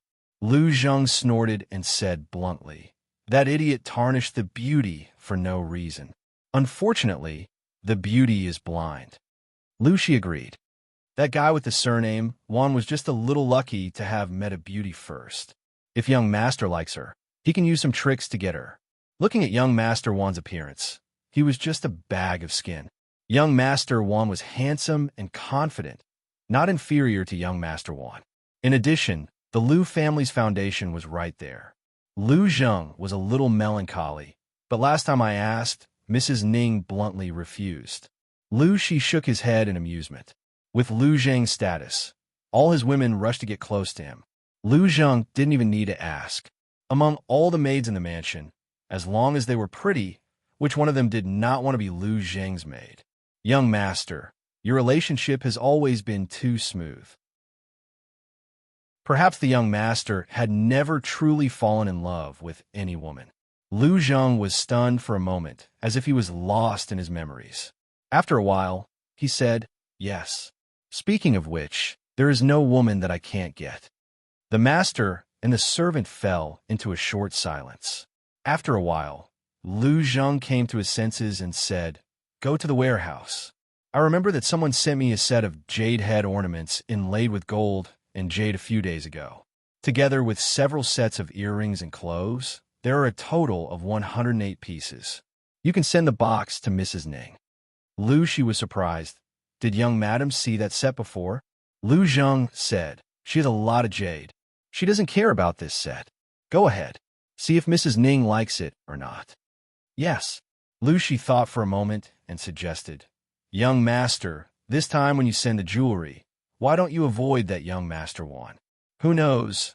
Maybe she was afraid of young Master Wan's presence and couldn't agree. So she rejected young Master? That's reasonable. Lu Zheng thought for a while and said, well, you don't need to get it. I'll ask young madam to do it. It's easier for women to talk. Lu Shi hesitated and persuaded. I'm afraid it's not good for young madam to know. Why not? Lu Zheng didn't understand and raised his eyebrows. She will marry into the family sooner or later. Won't she know then? Besides, she is the legal wife. Shouldn't she deal with these things? Lu Shi thought for a while and found it reasonable. So, she didn't say more. Therefore, when Qin Yining and Pang Xiao were discussing where to go today, someone came to the door of the guest house to deliver a message. After a while, Bing Tang came to the corridor and said, Mrs. Ning, young madam wants to see you. Qin Yining raised his eyebrows in surprise. Young madam wants to see me? Bing Tang said at the door, yes. Qin Yining and Pang Xiao looked at each other and stood up. I'll go and see what she wants to do. Maybe I can get something out of her. Pang Xiao thought for a while and shook her head. No, you'd better not go. This young madam didn't show up at the beginning. She must be ordered by Lu Zheng to come here suddenly. Lu Zheng didn't like me from the beginning. There's no relationship between noble ladies. She must have a reason to come to you. After all, Lu family is the most powerful family here. You'd better not take the risk. You're right. Then I won't go. Pang Xiao simply held Qin Yining's shoulder and went out. Let's go out and discuss where to go today. Bing Tang, Ji Yun, and Huzi immediately followed. Chapter 868. Qin Yining wondered why Lu Zheng's wife suddenly came to the guest yard. He looked up and met her eyes. For some reason, Qin Yining just smiled and nodded. But first young madam did not return the salute. She raised half of her eyebrows and looked at him with undisguised disdain. It seemed that she was not looking at a person, but an object. The smile on Qin Yining's face faded. "Are you Mrs. Ning?" "Yes." "First young madam, what can I do for you?" First young madam walked to Qin Yining step by step and looked Qin Yining up and down with her watery eyes. She had been married to first young master for many years, but she had never seen him so enthusiastic about a woman. This time, he urged her to send jewelry to him like a greedy cat. Her heart was full of strong uneasiness and jealousy. When she saw the real person, she was even more ashamed and ashamed. At this time, she had mixed feelings, but she was first young master's legal wife, and her family had to rely on the Lu family. She had no right to be willful. Suppressing the anger and bitterness in her heart, first young madam adjusted her mood in a breath and said politely with a smile, "Mrs. Ning, are you free? Can we talk in private?" At this time, first young madam looked at Pang Xiao. At this sight, she felt more complicated. She knew that her husband liked someone else's concubine, but she did not say that someone else was such a handsome young master. They were a good couple. Why did she break them up and bring the beauty to her to make trouble for herself? Qin Yining and Pang Xiao looked at each other and did not understand what first young madam meant. Patting Pang Xiao on the back of his hand, Qin Yining walked to first young madam with Bing Tang and Ji Yun. Pang Xiao crossed his arms and waited impatiently against the doorframe. First young madam and Qin Yining walked to a bamboo forest by the road one after the other. "Is that young Master Wan?" "Yes. It seems that young Master Wan dotes on you very much. Young Master Wan treats me extremely well. With your beauty, you naturally deserve the attention of all the men in the world. Even those who are not interested in women have their hearts moved." Eldest young mistress turned around with a smile on her lips, but the smile did not reach her eyes. "This concubine has come on my husband's orders. I would like to ask if my wife is willing to be a concubine." For a moment, Qin Yining didn't know whether he should be angry at Lu Zheng's audacity or sympathize with this woman who was obviously jealous, but still wanted to be a virtuous woman and ask for a concubine for her husband. "I won't hide it from eldest young mistress." A few days ago, eldest young master Lu had already asked this servant once, but this servant had already refused. Even though the Lu family is wealthy, young Master Wan's family is not weak either. Moreover, young Master Wan dotes on this servant. This servant also has some understanding of the Wan family. Young Master Wan is about to remarry. In the future, this servant will have a smoother life in the Wan family. Even though the Wan family is not as rich as the Lu family, I'm just a little girl. It's not like I want to do a big business. To me, this life is worth looking forward to. While Qin Yining was speaking, eldest young mistress Lu kept looking at her expression, as if she wanted to see if she was sincere or not. Qin Yining calmly looked back at her and said, "Eldest young mistress, please thank young Master Lu for this servant's good intentions. This servant can only refuse." Eldest young mistress Lu nodded hesitantly. She ordered the maidservants behind her to bring an exquisite 3-layered brocade box. "This is what young master instructed us to give to you." The two maidservants opened the first layer of the brocade box. In the big red brocade box, there were neatly arranged jadeite head ornaments on a black velvet cloth. The style was novel, and the workmanship was exquisite. Most importantly, the jadeite head was excellent. The maidservants showed the 3 layers of ornaments, then closed the box and handed it over. Qin Yining's eyes were filled with greed. It was impossible for any woman to not like this set of head ornaments. She magnified her feelings of love by dozens of times, but she still refused. "Thank you for the gift, eldest young mistress Lu. It's just that I don't deserve it. The business between the Lu family and Guangtong shop has been settled. This servant can't accept more. Please take it back."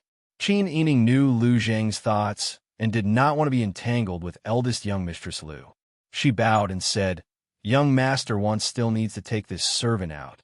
This servant will take her leave." Qin Yining bowed and walked back to Pang Zhao's side. Eldest young mistress Lu was very surprised. It seemed that the woman in front of her was not a fool who only coveted riches. No matter what, this woman refused to enter the Lu family. There were only benefits and no disadvantages for her. Eldest young mistress Lu's expression finally eased. He nodded to Pang Zhao from afar. Then, he turned around and left with his men. Pang Zhao's 5 senses were outstanding. Qin Yining and eldest young mistress Lu did not deliberately lower their voices. He did not need to ask to hear their conversation clearly. His stomach was full of jealousy. This matter was not Qin Yining's fault. Pang Zhao held it in for a long time before saying, "Why is the Lu family all the same?" Qin Yining choked. Suddenly, she covered her mouth and giggled. Pang Zhao was still a bit angry at first, but seeing Qin Yining smile, his heart softened. She was so outstanding that it was no wonder that there were people who adored her. He could not blame his wife for being too beautiful, too smart, and too kind. He could only blame those people for eating bears' hearts and leopards' guts. Pang Zhao pulled her hand and walked out of the guest courtyard side door. Bing Tang, Ji Yun, and Huzi followed behind with difficulty while suppressing their laughter. When the two went out, they naturally swaggered through the city. After a proper discussion, Pang Zhao went to the Dingsheng restaurant that Xiao Feishan told him about and ate a big meal. We appeared in advance. Lu Zheng has already recognized me as the eldest young master of Guangdong. Naturally, he won't come here on the 10th of October. It's convenient for us to do things. Qin Yining nodded in agreement. After making a plan, before leaving, Pang Zhao called the restaurant shopkeeper and rewarded him with an ingot of silver. "The wine and food here are very good. It suits this young master's appetite. How about this? The 10th of next month is my family's beauty's birthday. This young master will tell you in advance that I want to reserve the entire Dingsheng restaurant for a banquet. This is the deposit." Huzi took out a banknote worth 500 taels of silver from his bosom. The restaurant shopkeeper had never seen such a bold and unrestrained young master. In order to celebrate his lover's birthday, he actually wanted to reserve the entire Dingsheng restaurant for a banquet. After receiving the banknote, the shopkeeper said repeatedly, "Young master, don't worry. The 10th of next month, right? I'll make sure it's done properly." Young master doesn't have any other requests. You don't have to be thrifty. Just don't lose young master's face. "Oh, just wait and see." The shopkeeper saluted. Before he went out, he glanced at Qin Yining discreetly. Then he understood and went out. Pang Zhao and Qin Yining returned to the Lu family and continued their extravagant life as usual. During this time, they only asked the Dingsheng restaurant to properly advertise him and welcome everyone in the city to come and eat. It was good for everyone to be lively together. With the Dingsheng restaurant's advertisement, everyone in Danzhou City knew that a rich young master's concubine was going to celebrate her birthday. On the 10th of October, the Dingsheng restaurant offered free food and drinks. Some people were curious, some people were disdainful, and many people wanted to eat this sucker's meal. Of course, this matter couldn't be hidden from Lu Zheng. These days, Lu Zheng had been wearing a straight face and seemed to be full of worries. Naturally, Lu Shi didn't dare to say much and just waited quietly on the side. "Dingsheng restaurant? Full-on banquet?" Lu Zheng sneered. "I didn't expect that such a person who is addicted to taking advantage of others would be willing to hold a banquet in the Dingsheng restaurant. Even a miser knows how to grow feathers." Lu Shi also said he's just showing off. In my opinion, Mrs. Ning really doesn't know how to calculate. Young master gave her a priceless head ornament, but she didn't want it. Instead, she cares about that idiot's banquet. How much can a banquet be worth? Lu Zheng also thought so in his heart. The more he thought about it, the more upset he became. Lu Shi's words poked at his heart even more. Lu Zheng got up irritably and went into the room. Lu Shi knew he had said something wrong and didn't dare to say more. After a while, Lu Zheng's face looked better. Lu Shi then dared to ask, "Young master, do you want to go on the 10th of next month? Where to? Full-on banquet? Or continue to please Mrs. Ning?" Lu Shi didn't dare to speak. "I have all kinds of women, but she doesn't know what's good for her. Do you want me to stick to her? Forget it for the time being." As long as the business with Guangdong restaurant continues, I won't be afraid that she won't be sent to me in the future. She nodded, knowing that young master had made up his mind. Now he didn't force her, which meant that he was determined to have her in the future. Lu Zheng grabbed a handful of chess pieces and played with them in his hand. Suddenly, he said, "Isn't there someone who wants to buy an official position tomorrow?" "Yes. Let's talk about business tomorrow. You go to call that idiot and ask him to bring Mrs. Ning." She was stunned and then understood. He immediately nodded. He happily went to pass the message to Pang Xiao. After hearing Lu Shi's reply, Pang Xiao and Qin Yining politely sent him away. Both of them were a little confused. "Young master, Lu wants to bring us to talk business? What does that mean?" Pang Xiao tapped the table with his fingers. After thinking for a moment, he understood and smiled. "He's showing off his fist in front of an idiot like me. This is a common tactic used by businessmen. They want people to see how good their business is so that they can raise their status and do things more conveniently in the future." Pang Xiao looked at Qin Yining and said, "Maybe he wants to show you the power of the Lu family." Qin Yining blinked and laughed. "Are you jealous again?" Pang Xiao curled his lips. When a peacock spreads its tail, it's always a peacock. Qin Yining was stunned for a moment and then burst into laughter. Pang Xiao touched his nose and thought for a moment. He also laughed. With Lu Zheng's intention to spread its tail, Pang Xiao naturally hid behind the screen with Qin Yining to watch a few of the Lu family's transactions. At this time, they really realized how big the Lu family's business of selling official positions and titles was. During the negotiations, the Lu family always stood in the dominant position. Once they made a request, they would never give in. The only people who would compromise were those who came to buy official positions. Qin Yining and Pang Xiao met a lot. When they went out to play in private, they would help the Lu family do some calculations. Just as they thought before, the Lu family not only made money by using people in the imperial court, but also made connections. One must know that in the officialdom, colleagues in the imperial court, students in the same subject, teacher, husband, and son-in-law, any relationship between officials would be a wealth of connections. Chapter 869. The officials promoted by the Lu family, even if there were still some new ones, would slowly become fans of the Lu family in the future.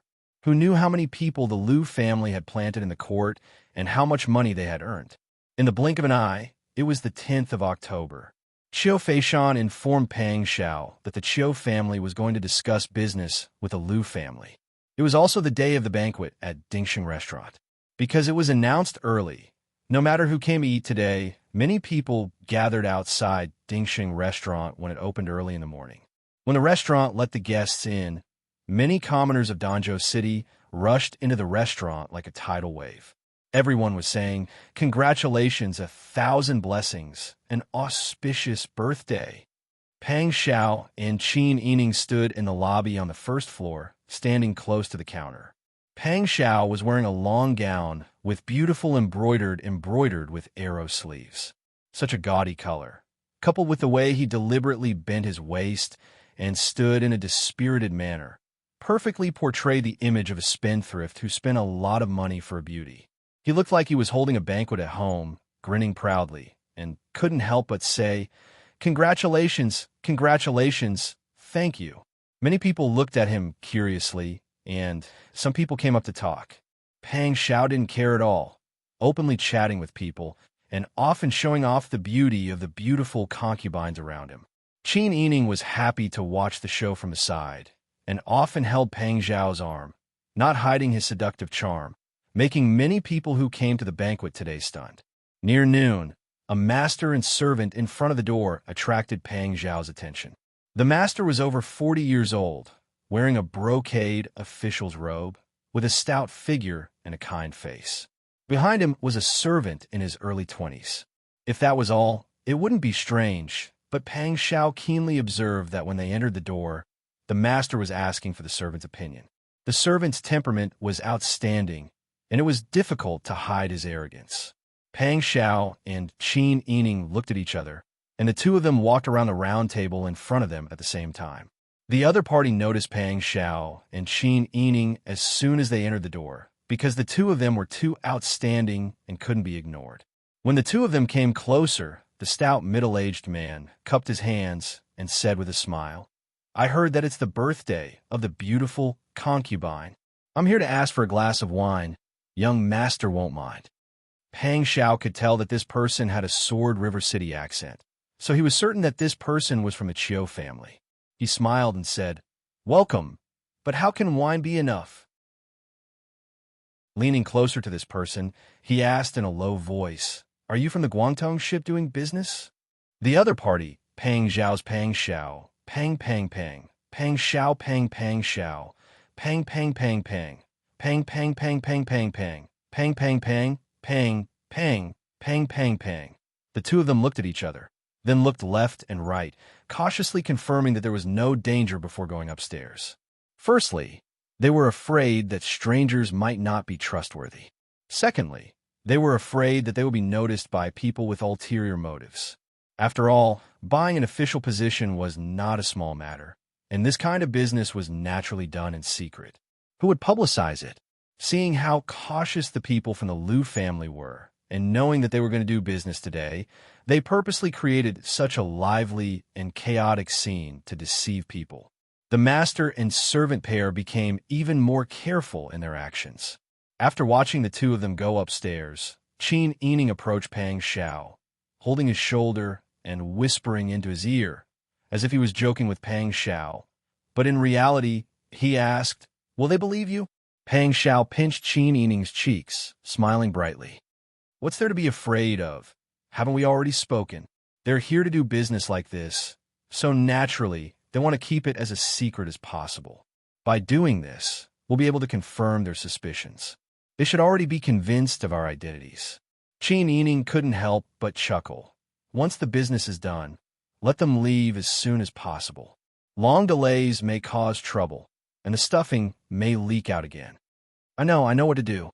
As they spoke, the two of them reached the second floor and saw that the two people were already sitting at a table in the corner. They were eating tea and waiting for dishes. They didn't know that the guests on this floor were all Pang Xiao subordinates. Pang Xiao walked over with Qin Yining, cupping his hands and smiling. "It is this one's honor that you are willing to do us the honor. This one feels like an old friend at first sight. May I ask for your advice?" This one's surname is Chiu. Shopkeeper Chiu's round face revealed a kind smile. "Young master, please sit." Pang Xiao nodded and sat down graciously.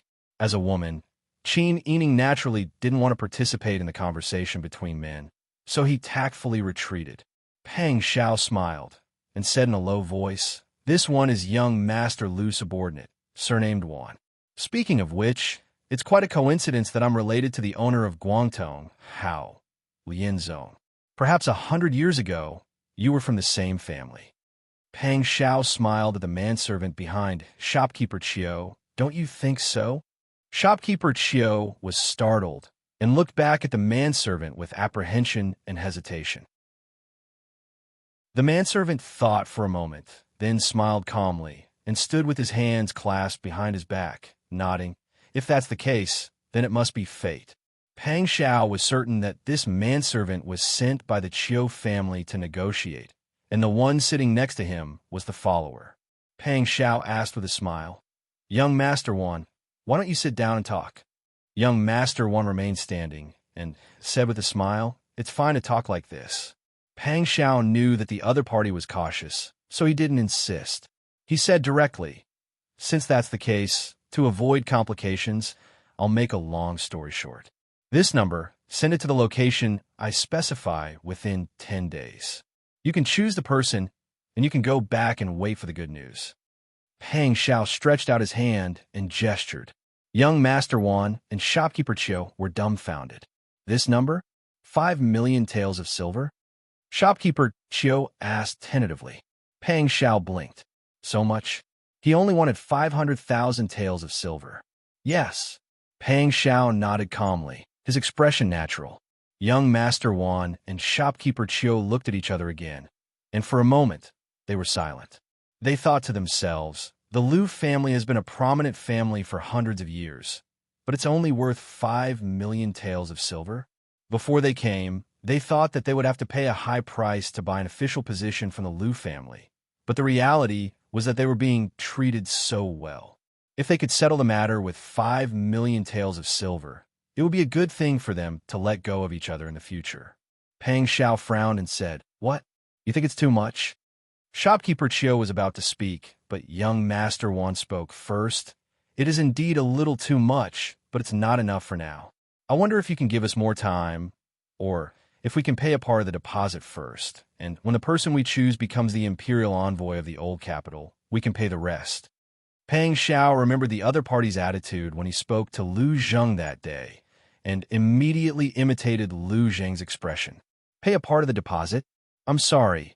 Our Liu family has never seen anyone pay money like this." Pang Xiao's eyes were full of disdain, and he said indifferently, "Or are you worried that our Liu family won't be able to do it, and will take your money for nothing?" Young Master Wan was a little embarrassed that his thoughts were exposed. 5 million taels of silver. If it was the original Chiu family, it would be a drop in the ocean. After all, their foundation was there, and they had a lot of money. In addition, in recent years, the Four Links business was doing well, so when did the Chiu family lack money? But now, the Chiu family was divided into several factions, and the Four Links business followed Chiu Feishan to establish her own family, taking away more than just half of the money. Chiu Yuanqing was controversial, and there were many voices of opposition in the family. Chiu Yuanqing's money was not as abundant as before. Young Master Wan's mind was in vain. How can that be? The Liu family is big, and they won't be greedy for such a small amount of money. It's just that. It doesn't matter. If you were worried, we could just call off this deal. Pang Xiao had a smile on his face, but his eyes were filled with undisguised disdain and impatience. To tell you the truth, I still have a few jobs to do. Since I can't do it, I have to go and meet my next customer. Pang Xiao stood up. Young Master Wan was very surprised. Why didn't the other party care about whether the deal could be done or not? Or in the eyes of the other party, their Chiu family's business was not worth mentioning at all? Thinking like this, young Master Wan was immediately frightened, and he anxiously said, "Wait." Pang Xiao raised his eyebrows and looked. Young Master Wan thought for a moment. In the end, he couldn't come in vain, so he nodded. "Well, we have to write a document. We gave the money. You also have to write a receipt. This kind of thing doesn't need a document. A verbal agreement is enough. A receipt is even more unnecessary. Allow me to say it again. Our Liu family has done a lot of business. If you are worried about reneging, it is really unnecessary." Young Master Wan immediately understood that the other party was afraid of leaving evidence. But there's no document, no receipt, only a verbal agreement. If something goes wrong, we don't even know who to turn to for help. Pang Xiao chuckled. "For this kind of thing, if something goes wrong, can you still complain to the authorities?" Young Master Wan choked. He didn't know how to answer. "Forget it. The deal is all voluntary. If you think it is inappropriate, then we will meet again." Pang Xiao smiled and cupped his hands about to leave. Young Master Wan and Shopkeeper Chiu were a little anxious. It seemed that the Liu family really didn't care about this deal at all. "Wait," young Master Wan said in a low voice. "I agree. Young Master is indeed a straightforward person." Pang Xiao curled his lips. "How about this? You send the money to a newly opened grain store in Guangxing County called Guangxing. The head shopkeeper, Zhao, there is one of our people. When I receive news from him, I will immediately start working for you. You just need to wait for the news." Guangxing County was not far from the old capital. It was not surprising that the Liu family had businesses all over the country. Young Master Wan nodded, leaned close to Pang Xiao's ear, and whispered a few words. "This is the person. Then we will wait for the good news." "Well said." Pang Xiao was a little confused when he heard the person mentioned. He had no impression of this person at all. He was just an inconspicuous sixth-rank official. Pang Xiao's expression was normal. He didn't seem excited at all from closing a big deal. He turned and went downstairs. Shopkeeper Chiu heaved a long sigh. He said in a low voice, "They are indeed rich and imposing." "Yes." Young Master Wan was angry and helpless at being suppressed during the negotiation. Now we are the ones asking for help? Forget it, as long as it can be done. Let's leave the city immediately and go back to prepare the money. The sooner we send it, the sooner it can be done. Shopkeeper Chio was a little hesitant. This situation is really uncertain. There is no proof at all if we send the money for free. What if they deny it? Chapter 870. When young Master Wan and shopkeeper Chio arrived on the first floor, the hall was filled with people. The guests were exchanging toasts, but when they glanced around, the people who had been discussing business with them were nowhere to be seen. It was clear how cautious the Liu family was. The two of them hurriedly left to prepare the money. Outside the restaurant, Huzi craned his neck and watched them leave. Then, he turned back into the restaurant and went to a private room on the second floor. Master, they've left. Yes. Pang Xiao grabbed a handful of peanuts and threw them one by one to chew. What they said was similar to what I made up. I used what young Master Liu said that day as an excuse. In the end, I settled on 5 million taels of silver. I asked them to send it to shopkeeper Zhao at Guangqing's grain store. Qin Yining was holding a teacup and eating tea. Hearing this, he paused. Guangqing County? Yes. Didn't the Qingtian Alliance tell you that they opened a grain store in Guangqing County? The grain store is newly opened, and its foundation is still shallow. I thought about it and decided that if we choose a place to take over the money, we can only sacrifice one place. This time, I'm afraid we'll have to trouble them to relocate and reopen. If the Chiu family sent the money, they would definitely discover that the imperial envoy was wrong. At that time, they would probably come looking for them. Qin Yining thought about it and said, if that's the case, I'll explain it to them. It's just that I don't have Jing Zhe and the others with me. How about this? I'll write a letter. You can have someone trustworthy send it. Pang Xiao nodded. You could do with the money. Qin Yining paused and immediately understood. Pang Xiao was afraid that she would be too domineering and would not be able to convince the people by casually telling the alliance to prepare to close the grain store. He was afraid that she would not be able to control the volume of her voice to compensate for the loss of the grain store. It's only right to compensate them, but you don't have to pay from here. This money is huge. If you survive well, you can use it to pay the soldiers. To feed the soldiers and horses, people eat and horses chew. Which one of these doesn't need money? If we can find Diane's treasure. In the past, although Qin Yining also wanted the treasure, he wasn't obsessed with it. He just didn't want the treasure to fall into Li Qitian's hands.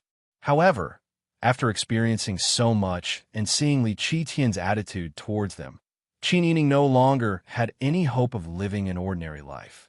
Of course, it was safest to have the treasure in their own hands. Pang Xiao was also silent for a moment, thinking back to how they had sworn to be brothers with the same goal. Yet now they had fallen into such a situation. The sadness in their hearts was something that ordinary people would not be able to understand. In the blink of an eye, he suppressed all the negative emotions. In the face of Qin Yining, all she could do was smile. All right, we've done our job well. All we have to do now is wait for the news. Qin Yining nodded with a smile. He ordered someone to bring a pen and paper and wrote a secret letter. He also used the special folding method and seal that the Qingtian Alliance used to send letters. Finally, he handed the letter to Pang Xiao. Pang Xiao immediately asked Huzi to arrange for someone to deliver the letter. We've been out for so long. It's time for us to go back. Pang Xiao put his arm around Qin Yining's shoulder and went out with her in the carriage. They went back to the guest house of the Liu family. They had just sat down and rested for a while when Liu Shi came. Child Wan, you're back. I just came here, but you weren't here. Oh, today is my beauty's birthday. I spent a lot of money to hold a banquet in the Dingxing restaurant. Hey, why didn't I see you at the banquet? Would he care about a meal? Liu Shi twitched the corner of his mouth and said politely, Thank you for your kindness, Child Wan, but I have to serve my master. I really can't leave. Thinking of his master's feelings towards Mrs. Ning, he added, I wish Mrs. Ning good fortune and good health. Thank you. Qin Yining smiled. Her lips were red, her teeth were white, and her eyes were bright. Lucy couldn't help but think that if his master saw her like this, his desire that had just calmed down might be ignited again. Child Juan, my master will entertain guests in the front hall later. He invites you to go with him. Again, Pang Xiao and Qin Yining went to listen to a lot of business of the Liu family these days. Child Liu sometimes treated them as his followers and friends, and sometimes he only let them sit behind the screen. Anyway, whether they let them or not, they showed up for only one purpose. That was to show that the Liu family's business was so big that they really didn't care about the business of Guangdong Hao. They thought it was enough to show off these days. Unexpectedly, they still wanted to continue. Seeing the expression of Child Juan, Liu Shi felt a little helpless. In his opinion, it was best to stop when it came to the point. Child Juan also thought so. It was just Mrs. Ning's birthday, but Child Juan was so ostentatious. He just booked a banquet, but he was so arrogant. It made people feel that all their efforts these days were in vain. Child Juan just wanted to show his strength to Mrs. Ning and let the idiot Child Juan know the gap between them. But in such a provocation, not only did the idiot not see it, but Mrs. Ning was still indifferent. She didn't take the initiative to throw herself at him, as expected. The more she acted like this, the more Child Juan cared about her. Liu Shi smiled and said, Child Juan, Mrs. Ning, please. Qin Yining pretended to be unhappy and said, I've been busy for half a day today. I'm very tired now. I really don't want to go. Besides, I'm just a woman and I don't know about business. Eldest young master said that he wants to invite the two of you. Liu Shi hurriedly rushed to say, Child Juan just didn't see you for a few days, so he wanted to go again. Even if Child Juan didn't go, Mrs. Ning had to go. Pang Xiao sneered. He was well aware of Liu Zheng's intentions. But now that the plan had reached a critical juncture, and Liu Zheng couldn't do anything about it, Pang Xiao could only endure it. Otherwise, he would have already dug out that reckless fool's eyeballs. Let's go. Pang Xiao hugged Qin Yining and said, Beauty is tired. You can sit over there for a while to rest. Child Liu is kind. We can't refuse his good intention. Qin Yining pouted and said softly, Okay, I'll listen to you. Pang Xiao's muscles and bones went limp when he heard her soft and tender voice. His arms around her tightened a little. They went all the way to the front hall. Pang Xiao walked in directly, cupped his hands, and said with a smile, Child Liu is really hospitable. Liu Zheng sat at the head of the table and tasted tea. As soon as he heard Pang Xiao's voice, he felt upset. The fragrant tea in his mouth was tasteless, leaving only bitterness. Child Juan is a distinguished guest of my humble abode. I'll do my best as a host. Standing up, Liu Zheng looked at Qin Yining and said with a smile, I heard that today is Mrs. Ning's birthday. I prepared a small gift. I hope that Mrs. Ning can accept it. As he spoke, a maidservant brought an exquisite brocade box. It was the set of jade head ornaments that Qin Yining refused. Liu Zheng stared at the person in front of him. When he gave it to her, she said that she didn't deserve it. Later, he thought about it. Without any reason, she really couldn't accept his things. Today, there was a good reason. How could a beauty not love jewelry? Pang Xiao had a smile on his face, but his eyes were frosty. Qin Yining saw that Pang Xiao was about to explode.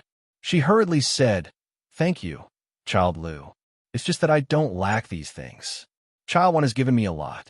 Moreover, I only want to wear jewelry given by my man. Pang Xiao lowered her eyes and relaxed her clenched fists. Liu Zheng, on the other hand, was furious. It was the first time that he was rejected by a woman in public. If he didn't know that it would only make things worse if he continued to argue, he would directly ask her what was the difference between him and that idiot. Liu Zheng waved his hand. The maidservant carefully held the brocade box and ran away with her head lowered. If that's the case, I didn't think it through.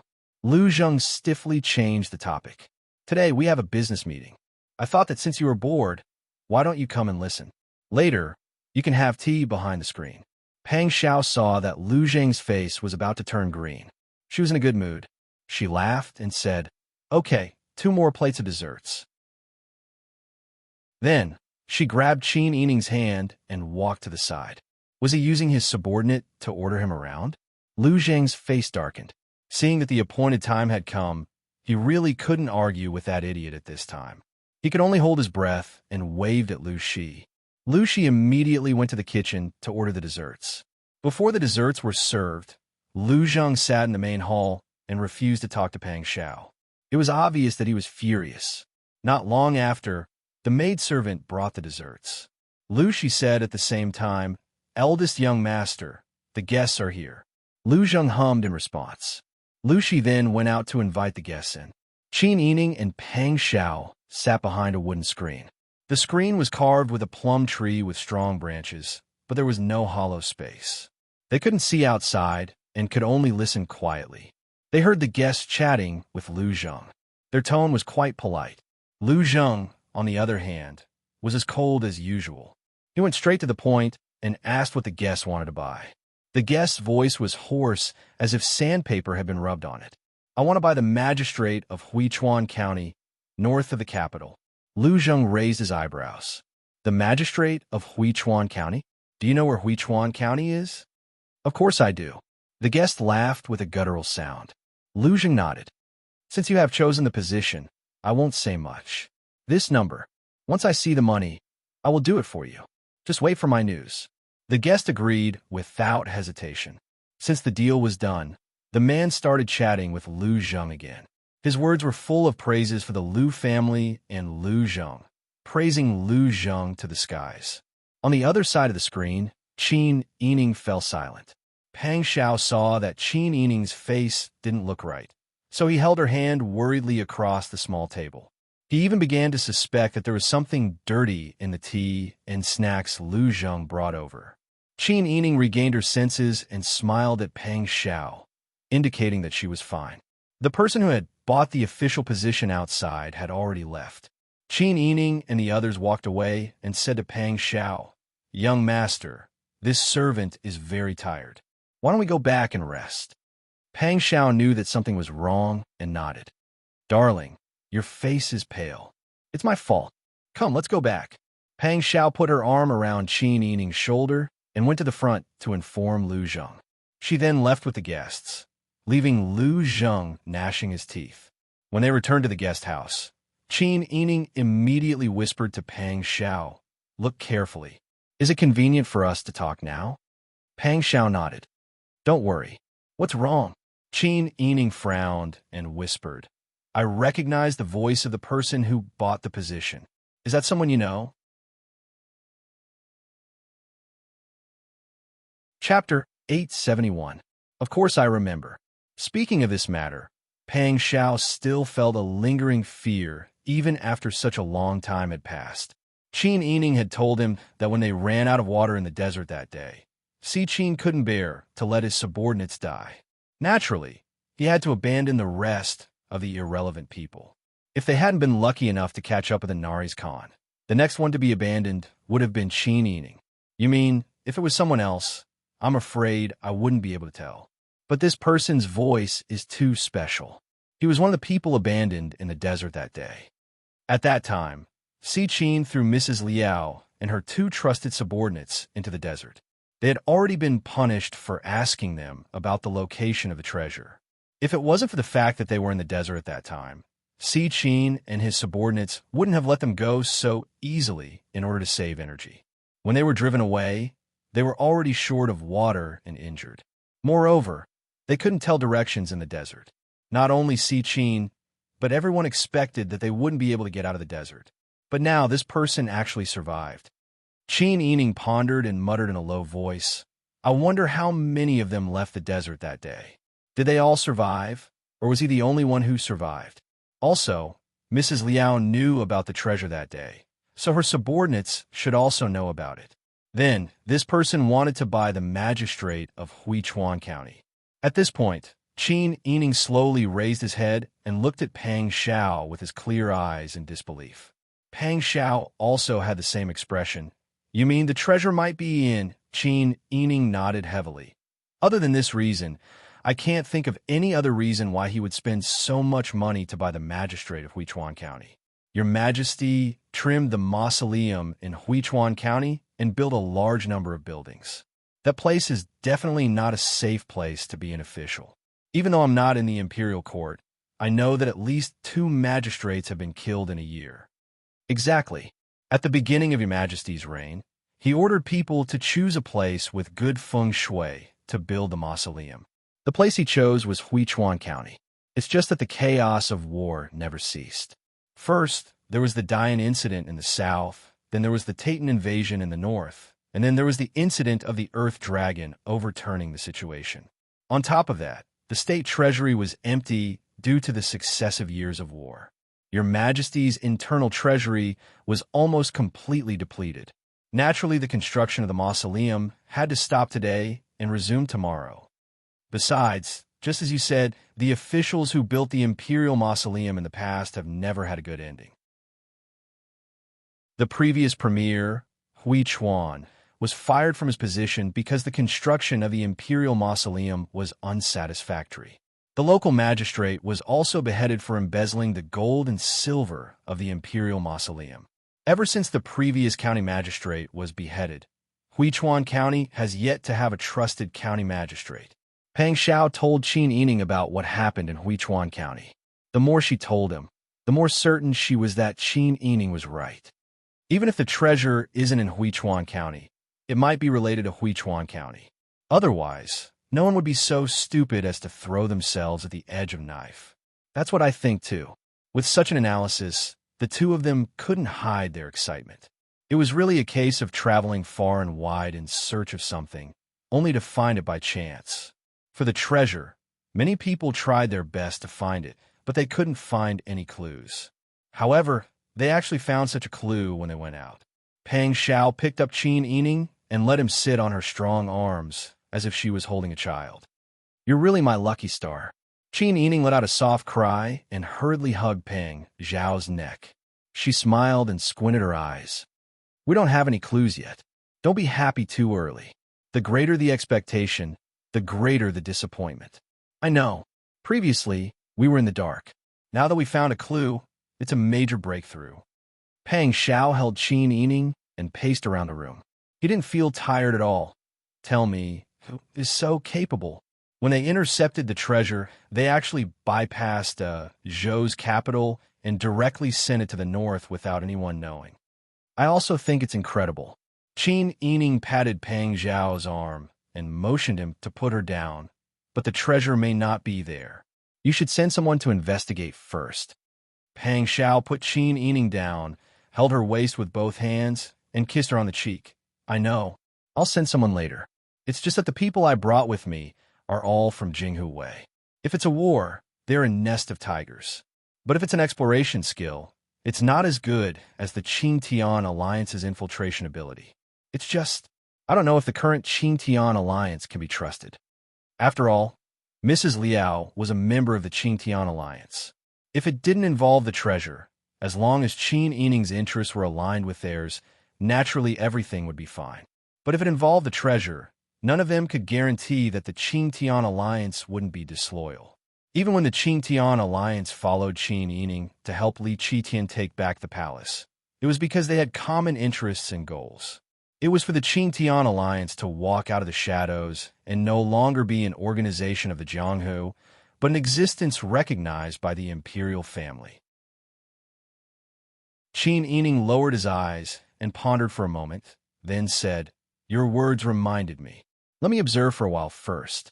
The bigger the organization, the more people there are, the less united they are. The leaders can be trusted, but not all of the subordinates are good people." Pang Xiao nodded. "You're right. Now that the conditions allow it, let's let Jinghu Wei go investigate first. Maybe we'll find something. We're almost done with our work.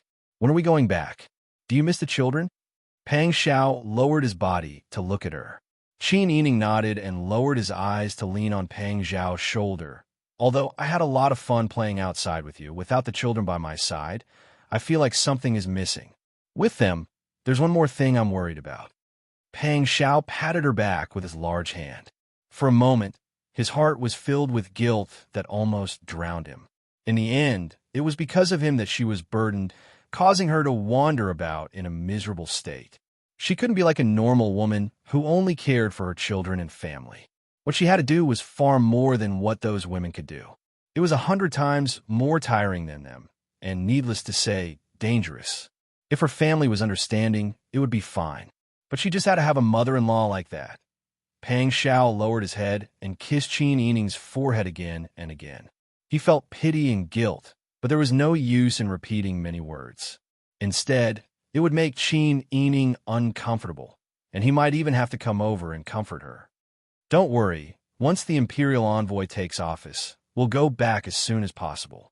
There are 2 great-grandmothers at home, and everyone dotes on them. They must be living very well and safe. Qin Yining nodded and obediently responded. In the following days, other than arranging for people to go to Huichuan County to investigate if there were any abnormalities, Pang Xiao continued to bring Qin Yining to the Liu family to eat and drink. Liu Zheng still hadn't given up on Qin Yining, but he didn't continue to pester him as directly as before. He would only occasionally bump into them in the residence or call them over when there was business. Qin Yining knew this person wanted to show off in front of her, so she was even more unwilling to pay attention to him. But the more she ignored him, the more Liu Zheng seemed to care. Time flew by, and in the blink of an eye, more than a month had passed. On this day, Liu Zheng ordered Liu Shilai to invite Pang Xiao and Qin Yining to the front hall for a talk. Pang Xiao covered his mouth and yawned, then tightened the fur collar cloak around his shoulders. Don't tell me your young master wants me to accompany him to discuss business again? I don't understand. Is there a higher chance of success if I go? Liu Shilai curled his lips, secretly thinking that this person's skin was really thick. He didn't know where he got his confidence from. Young Master Wan, please. Eldest young master must have something good to tell you. Qin Yining took the cloak from Ji Yun and put it on. He looked at Liu Shilai's expression, then analyzed the meaning behind his words, and had a rough guess. Counting the days, the imperial envoy's appointment was most likely done, right? Obviously, Pang Xiao had also guessed it. His long and narrow phoenix eyes narrowed.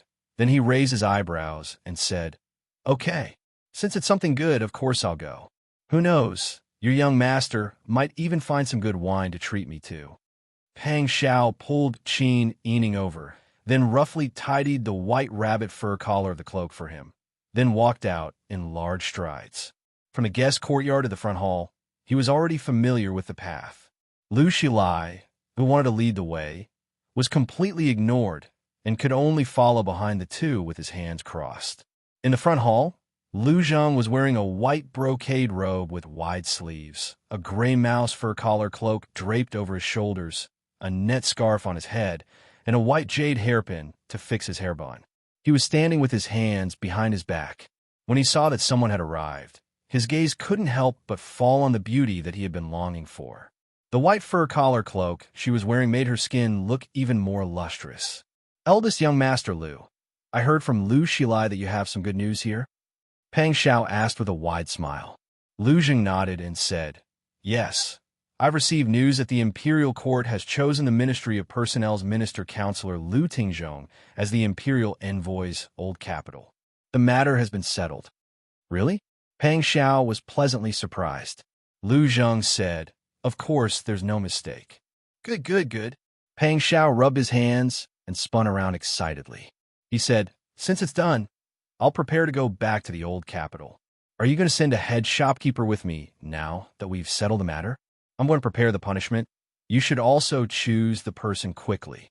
Liu Zheng was already impatient when he saw that Pang Xiao was so impatient.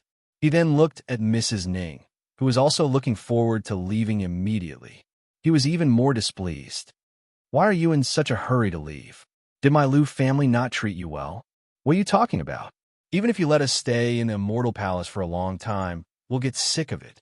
Pang Xiao waved his hand and said, "But we've been eating and living well in your house these days. I didn't notice that I've put on weight. Thank you for your hard work. When you have the chance to go to the old capital in the future, I'll definitely treat you well as a host." Liu Zheng sneered and didn't take his words seriously. He only asked Qin Yining gently, "Mrs. Ning, don't you want to stay for a few more days?" "Thank you for your kindness, young Master Liu.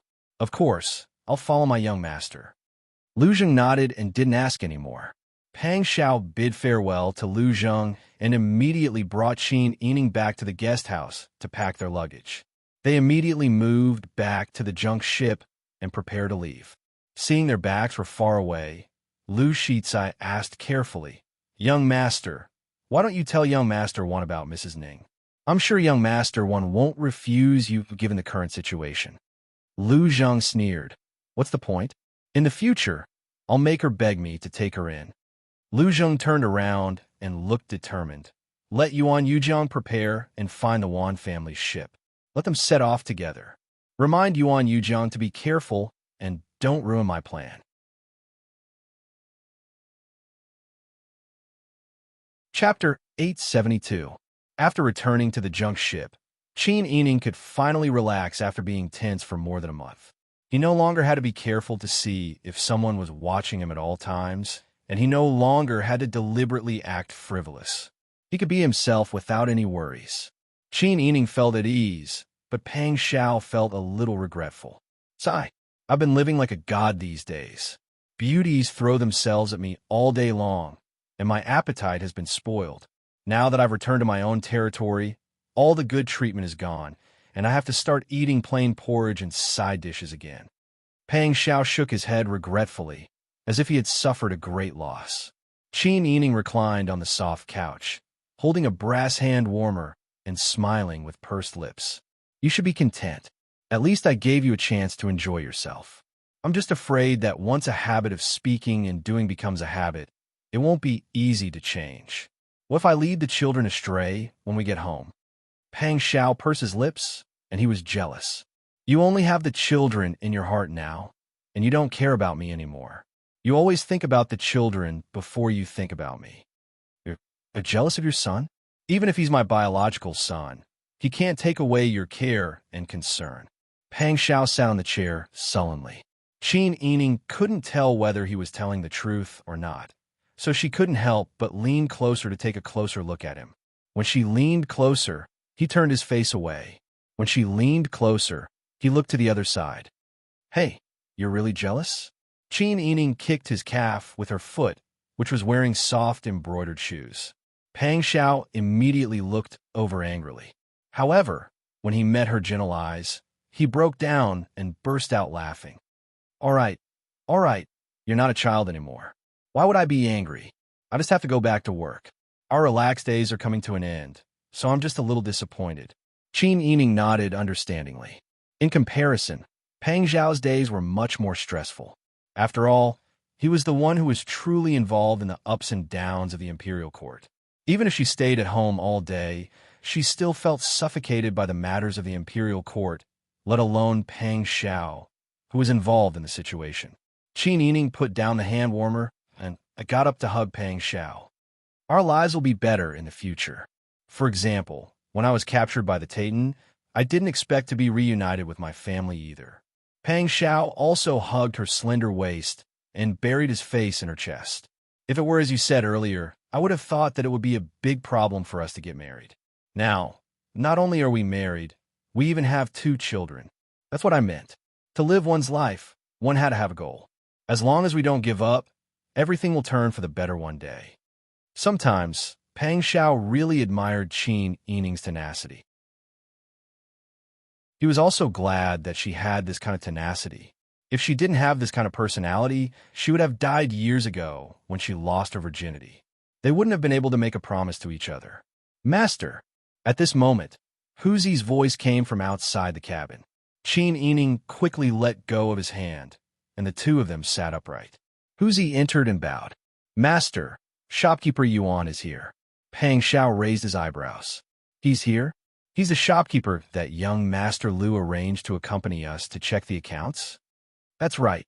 Huzi smiled maliciously. "He really has the guts to come with us?" Everyone knew Yuan Yujiang's intentions. They had to be patient in the Lu family's territory, but when they returned to the old capital, even if Wang Yi didn't say anything, he would teach this old sex fiend a lesson. Pang Xiao said, "Since he's here, just arrange for him to stay in a proper cabin. Just send someone to check on him." He even shamelessly said that he wanted to see you and Mrs. Ning. Pang Xiao raised the corner of his mouth and sneered. He still hasn't given up yet. Let's keep him for now. We'll talk about it when we return to the old capital. Yes. Huzi went back and politely led shopkeeper Yuan to the cabin. This was the closest corner of the ship. Jinghu Wei lived next door and opposite. There wasn't even a window in the room. If they wanted to go out, they had to go through a corridor and pass by several Jinghu Wei's rooms. Yuan Yujiang didn't think there was anything wrong. He looked around the cabin with his hands behind his back and said with disdain, "Don't you have any other rooms for guests on this ship? I'm really sorry. This is one of the better rooms among the guest rooms.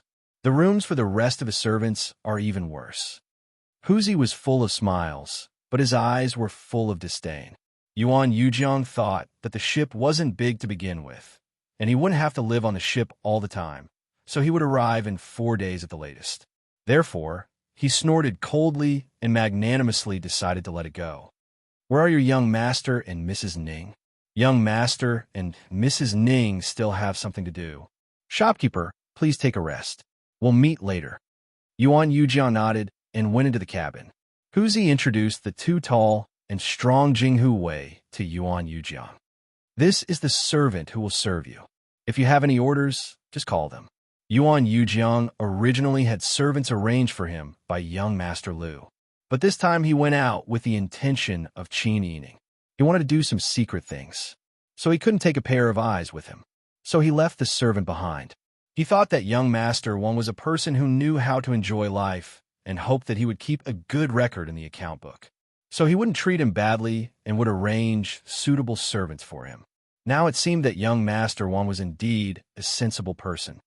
"Okay. You all come in." Yuan Yujiang ordered the two servants to do things. The two servants obediently helped to pack the luggage. Huzi turned and went out of the cabin. When he closed the door, he glanced inside the room.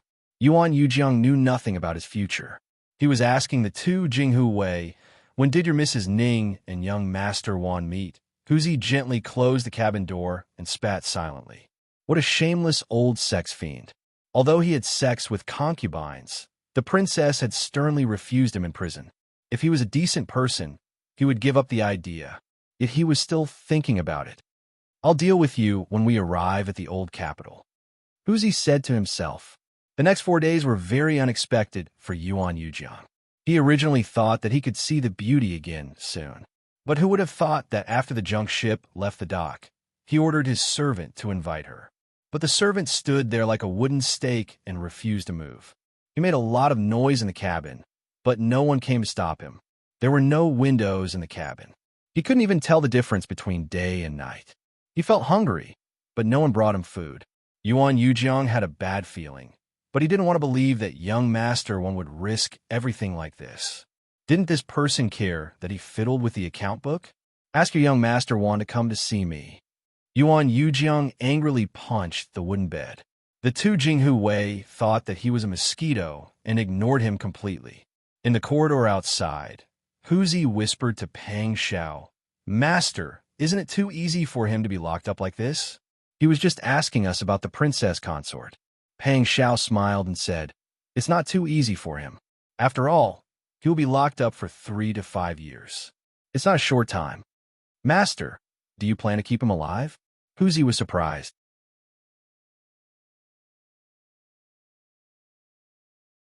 Chapter 873. Pang Xiao smiled coldly.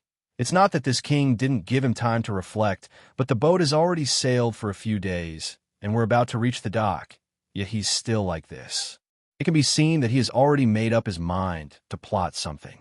I won't kill him, but I won't let him go either. In order to prevent the Lu family from having other things to say, let's lock him up for now. Yes, once we reach the shore, I'll lock him up alone. While Pang Xiao and Huzi were talking, Qin Yining had already finished organizing their luggage. When they came, they didn't bring much, but when they went back, they added a lot of boxes and packages, food, toys, and fashionable rulers. These were all bought by Qin Yining and Pang Xiao hand in hand on the street when they were pretending to be rich. After making such a big deal, Pang Xiao's people became imperial envoys, and they didn't need to use their own money, so they made a lot of money. They were in a good mood, so they bought things without hesitation. Bing Tang asked with a smile, "This time, We really killed several birds with one stone, but what if the Liu family and Xiu family find out about this in the future? There's nothing to do. They'll find out about this sooner or later. Qin Yining tied the blue ribbon on the collar of his white fox fur cloak, raised his eyes, and smiled. If they find out, they can only stare and hate themselves for not falling for it. Don't tell me that we can still gather enough troops to fight against the prince? That's impossible. Ji Yun and Bing Tang both shook their heads. If they really dare to fight, how many people can be Wang Ye's opponent? Qin Yining smiled and said, "That's why we're not afraid of fighting with real swords and spears. As for other things, it doesn't matter. They would never take the initiative to harm anyone. But if someone wanted to harm them, they wouldn't sit still and wait for death. This time, if they didn't get the news from Xiu Feishan, if they waited until the imperial envoys who wholeheartedly supported Li Qitian and the Qiu family arrived at the old capital, the whole family would be here. Who knows what would happen? They could only slow down. In this kind of either you die or I die situation, they couldn't care so much. Your Highness, the ship is approaching the dock. Got it. Qin Yining looked at the several large parcels and boxes. He thought for a moment and said, "These things can be sent back slowly. Don't send them back all at once to avoid attracting attention. Later, I will take a carriage and leave alone. I will let Wang Yi disguise himself and quietly return to the barracks. Then, I will return to the residence openly." Got it. Wang Yi has already made the arrangements. Don't worry, Princess Consort. No one will be able to tell. As they were talking, Pang Xiao came back. After the two of them discussed for a while, Qin Yining asked about Yuan Yujiang. Pang Xiao sneered and said, "That old bastard still doesn't know how to repent and is still thinking about you. You don't need to pay attention to him. I will deal with this person." Qin Yining saw that Pang Xiao's expression was not good. He knew that he was greatly angered by Yuan Yujiang. Thinking about it, any man wouldn't feel good if his wife was being thought about. He didn't ask any more about this matter. "I will go home first. When you come back from the barracks, you could go home directly. Okay? I also want to see the situation in the barracks first. Then I will see how the Tianjizi is doing." When Pang Xiao said this, Qin Yining remembered that the Tianjizi was still locked up in the barracks. I think that the Tianjizi wouldn't run away. Qin Yining took out the short brown clothes that he had prepared for Pang Xiao and dressed him up as an ordinary boatman. With the Tianjizi's glib tongue and ability to distort right and wrong, plus she seems to know how to use poison, if she really wanted to escape, you wouldn't have been able to stop her that day. I think so too. Pang Xiao opened his arms and looked down at Qin Yining, who was helping him tie his belt. Then, he couldn't help but smile. She didn't run away, which means that she wants to stay. But you don't have to worry. She has already shown her allegiance, and now our goals are the same. As long as there is no conflict of interest, nothing will happen. Qin Yining nodded. Anyway, if she stays here, she might be of use. Pang Xiao laughed. You still dare to use her? Of course. Everyone has their own value. It all depends on how you use them. My sister Yi is so smart. Pang Xiao couldn't help but kiss her forehead. He hugged her waist and didn't want to let go. He even kept his face close to hers. Good sister Yi, I don't want to go to the barracks anymore. How about I go home with you first? I'll go back after I see the children. It's the same if I secretly go to the barracks.